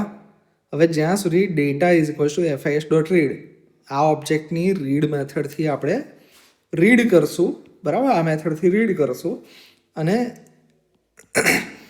આની જોડે આપણે અસાઇન કરશું. હવે અસાઇન કરી દીધું આપણે, રીડ થઈને અસાઇન કર્યું, જો આખું ઓપરેશન સક્સેસફુલી થયું તો આવશે ટ્રુ, બરાબર, નોન ઝીરો રિટર્ન આવશે which is not equal to -1. તો ત્યારે આપણે એને પ્રિન્ટ કરતા રહેવાનું. બટ જ્યારે રીડ કરે અને રીડિંગમાં એને મળે -1, રીડિંગમાં એને શું મળશે? -1 મળે, મતલબ એ થયો કે જે બી રીડ કરવાનું હતું એમાં ક્યાંક એરર આવી, બરાબર, એમાં પતી ગયું. મતલબ આખું જે કંઈ બી રીડ કરવાનું હતું એ પતી ગયું. હવે લાસ્ટમાં એ -1 આપે છે, તો અહીંયા આગળ રીડિંગની પ્રોસેસ જે છે એ કમ્પ્લીટ થઈ જશે. અને આખું એક્ઝિક્યુટ કરવામાં જો કંઈ એરર આવશે તો e.print stack trace નો મતલબ એ થયો કે આ મેસેજ, આ એરર શેના લીધે આવી? તો એની ઉપરની એરર. એ એરર શેના લીધે આવી? તો એના ઉપરની એરર. આપણે જ્યારે બી જાવામાં કોઈ બી એરર આવે તો સ્ટેક ટ્રેસ આખો પ્રિન્ટ થતો હોય છે કે આટલી ઇશ્યુઝ આવ્યા અને છેલ્લે મેઇન ઇશ્યુ આ છે. તો એવું કંઈક આપણે ત્યાં મેસેજ પ્રિન્ટ કરીએ જેથી રૂટ કોઝ સુધી પહોંચી શકાય. નેક્સ્ટ છે define package in Java, write how package can be implemented in Java with proper syntax and one example. હવે પેકેજ ઇન જાવા જે છે એ આપણે ઓલરેડી આગળ એક્ઝામ્પલ જોઈ લીધું છે. વન સેકન્ડ જોઈ લઈએ કે જે બી ફાઇલ છે એમાં તમારે પેકેજ બનાવો તો પેકેજ નેમ આ રીતે લખવાનું, import java.util.star, અને એની અંદર ઇમ્પોર્ટ કરવું હોય તો આ રીતે તમે કરી શકો છો, અને યુઝ કરવું હોય ક્લાસની ડેફિનેશન તો આ રીતે આપી શકો છો. પ્રોપર એક્ઝામ્પલ જે છે એ નીચે આપેલું જ છે, બટ એના માટે સ્ટેપ અહીંયા શોર્ટમાં આપેલો છે. ક્યાં આવશે? સૌથી પહેલાં create directory, make folder with package name. તમારે જે પેકેજ બનાવવું હોય છે, ફોર એક્ઝામ્પલ માય પેકેજ, તો એ નામનું ફોલ્ડર બનાવવું પડશે. એ ફોલ્ડર બનાવી દીધું પછી શું કરવાનું? એની અંદર જે બી જાવા ફાઇલ તમે બનાવો છો જેને પેકેજ તરીકે બનાવી છે એની first line, right, for example આ ફર્સ્ટ લાઇન થઈ ગઈ. તો આ ફર્સ્ટ લાઇન જે છે એ હંમેશા તમે શું કરશો? આ ફર્સ્ટ લાઇન હંમેશા લખશો package space my package. My પેકેજની જગ્યાએ તમારે જે નામ આપવું એ તમે આપી શકો છો. નેક્સ્ટ છે compile with proper class path, javac-d.classname.java. Compile તમારે કરવું પડે. જો તમે VS કોડ ના વાપરતો હોય, VS કોડ વાપરશો તો એ ઓટોમેટિકલી થઈ જશે.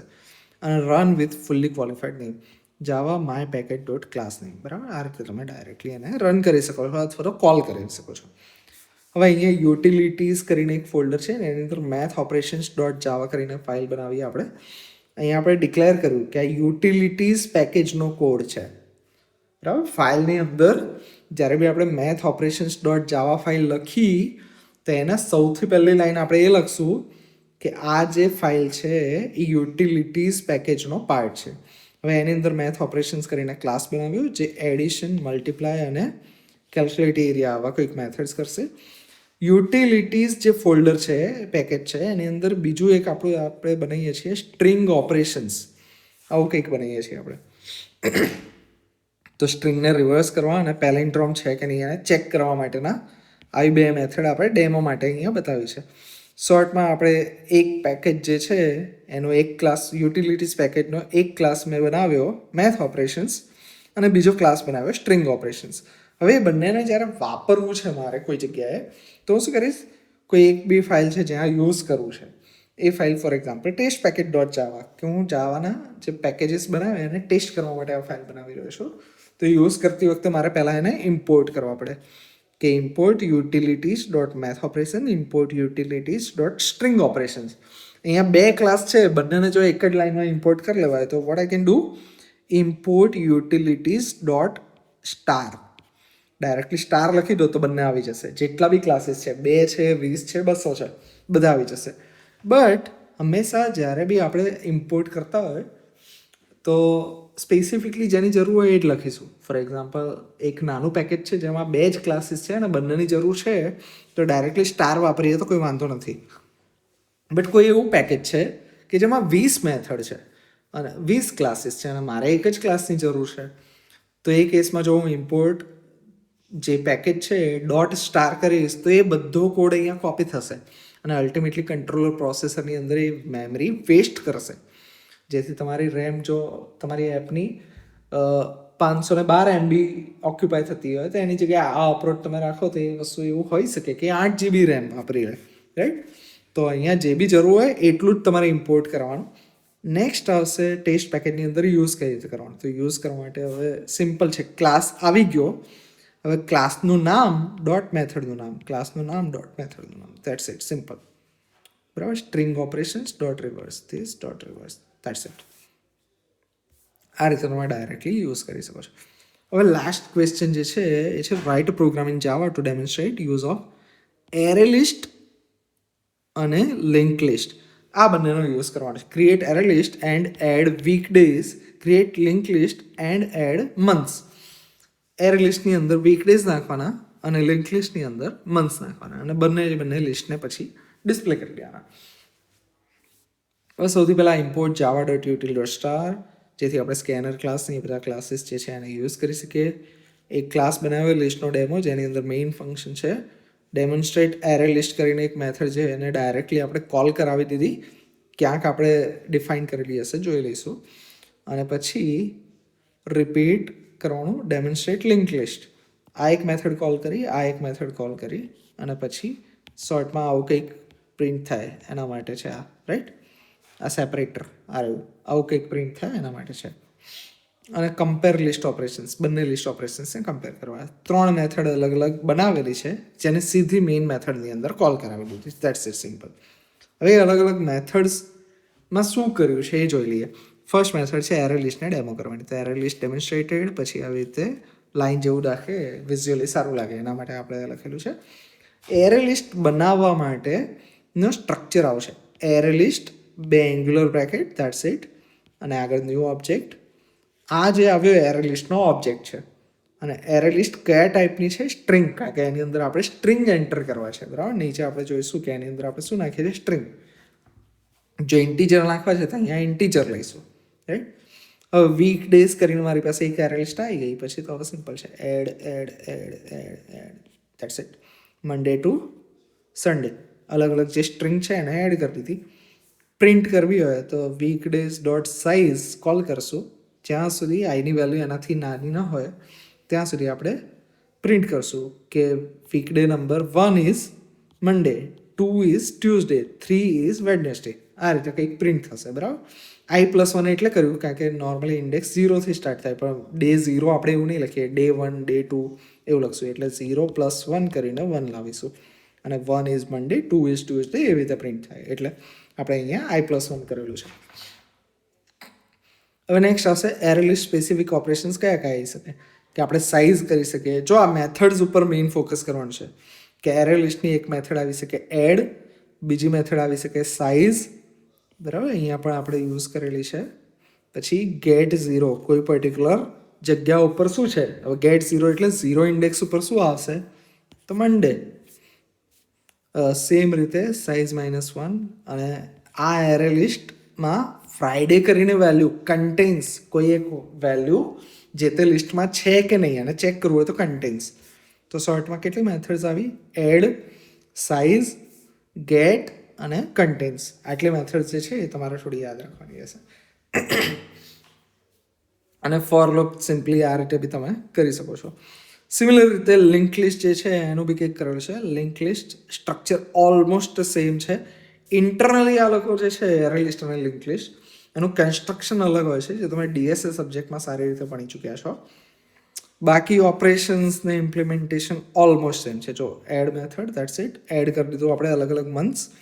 અહીંયા આપણે સાઇઝ જે છે એની મદદથી ચેક કર્યું. ગેટની મદદથી વેલ્યુઝને આપણે ગેટ કરીએ છીએ. બરાબર. Size, get first, get last, આ 2 મેથડ અલગ આવે કે પહેલી વેલ્યુ અને છેલ્લી વેલ્યુ એને ગેટ કરવી હોય તો આપણે ડાયરેક્ટલી આમાં ગેટ કરી શકીએ છીએ. અને દેટ્સ ઇટ. એની મદદથી બેઝિક વસ્તુ કરી છે. રિમૂવ કરવી હોય કે શરૂઆતની જે ફર્સ્ટ છે એને રિમૂવ કરવું, લાસ્ટને રિમૂવ કરવું, એવી કોઈ પર્ટિક્યુલર જે છે એને રિમૂવ કરવી હોય તો કરી શકીએ. નેક્સ્ટ આવે છે હેઝ નેક્સ્ટ, કે મારી પાસે જે આઇટરેટર છે, આઇટરેટરની મદદથી હું આ જે લિસ્ટ છે એના ફટાફટ એક્ઝિક્યુટ કરી શકું. તો નેક્સ્ટ વેલ્યુ છે કે નહીં, તો એના માટે આપણે આ હેઝ નેક્સ્ટ અને નેક્સ્ટ આ બેનો યુઝ કરતા હોય છે. અને કમ્પેર કરવા માટે આપણે અહીંયા બતાવેલું છે કે કઈ રીતે બંનેમાં કમ્પેરિઝન થાય છે. બંનેના અલગ અલગ ઓબ્જેક્ટ્સ બનાવી દીધા, બંનેમાં વેલ્યુઝ નાખીશું આપણે, કે એરે લિસ્ટમાં પણ એડ કર્યું, આમાં પણ એડ કર્યું બંનેમાં. અને array list better for random access, memory efficient. અને લિંક લિસ્ટ જે છે ઇન્સર્શન ડિલીશન ડાયનેમિકલી તમારે કંઈક એડ કરતા જવું હોય તો એના માટે લિંક લિસ્ટ આવે અને રેન્ડમલી ફટાફટ એક્સેસ કરવો હોય તો એરે લિસ્ટ આવે. હવે આ પાછળનું જે છે એ જરૂર નથી અને આ જે લોંગ પ્રોગ્રામ છે આટલો લોંગ તમારે લખવાની જરૂર નથી. સિમ્પલ આ જે ડેમોન્સ્ટ્રેટ લિંક લિસ્ટ અને ડેમોન્સ્ટ્રેટ એરે લિસ્ટ આટલું લખશો તો દેટ્સ ઇનફ. અને આને કઈ રીતે યુઝ કરવું એટલે સુધી યસ બેઝિકલી આટલું લખી દો તો બી મોર દેન ઇનફ છે. પાછળનું જે છે કમ્પેરવાળું એ લખવાની જરૂર નથી. So that was it about the summer 2025 GTU Java programming question paper solution. Hope it helps. If any questions તો કમેન્ટ્સની અંદર પૂછી લેજો અને don't forget two like and subscribe. Thank you.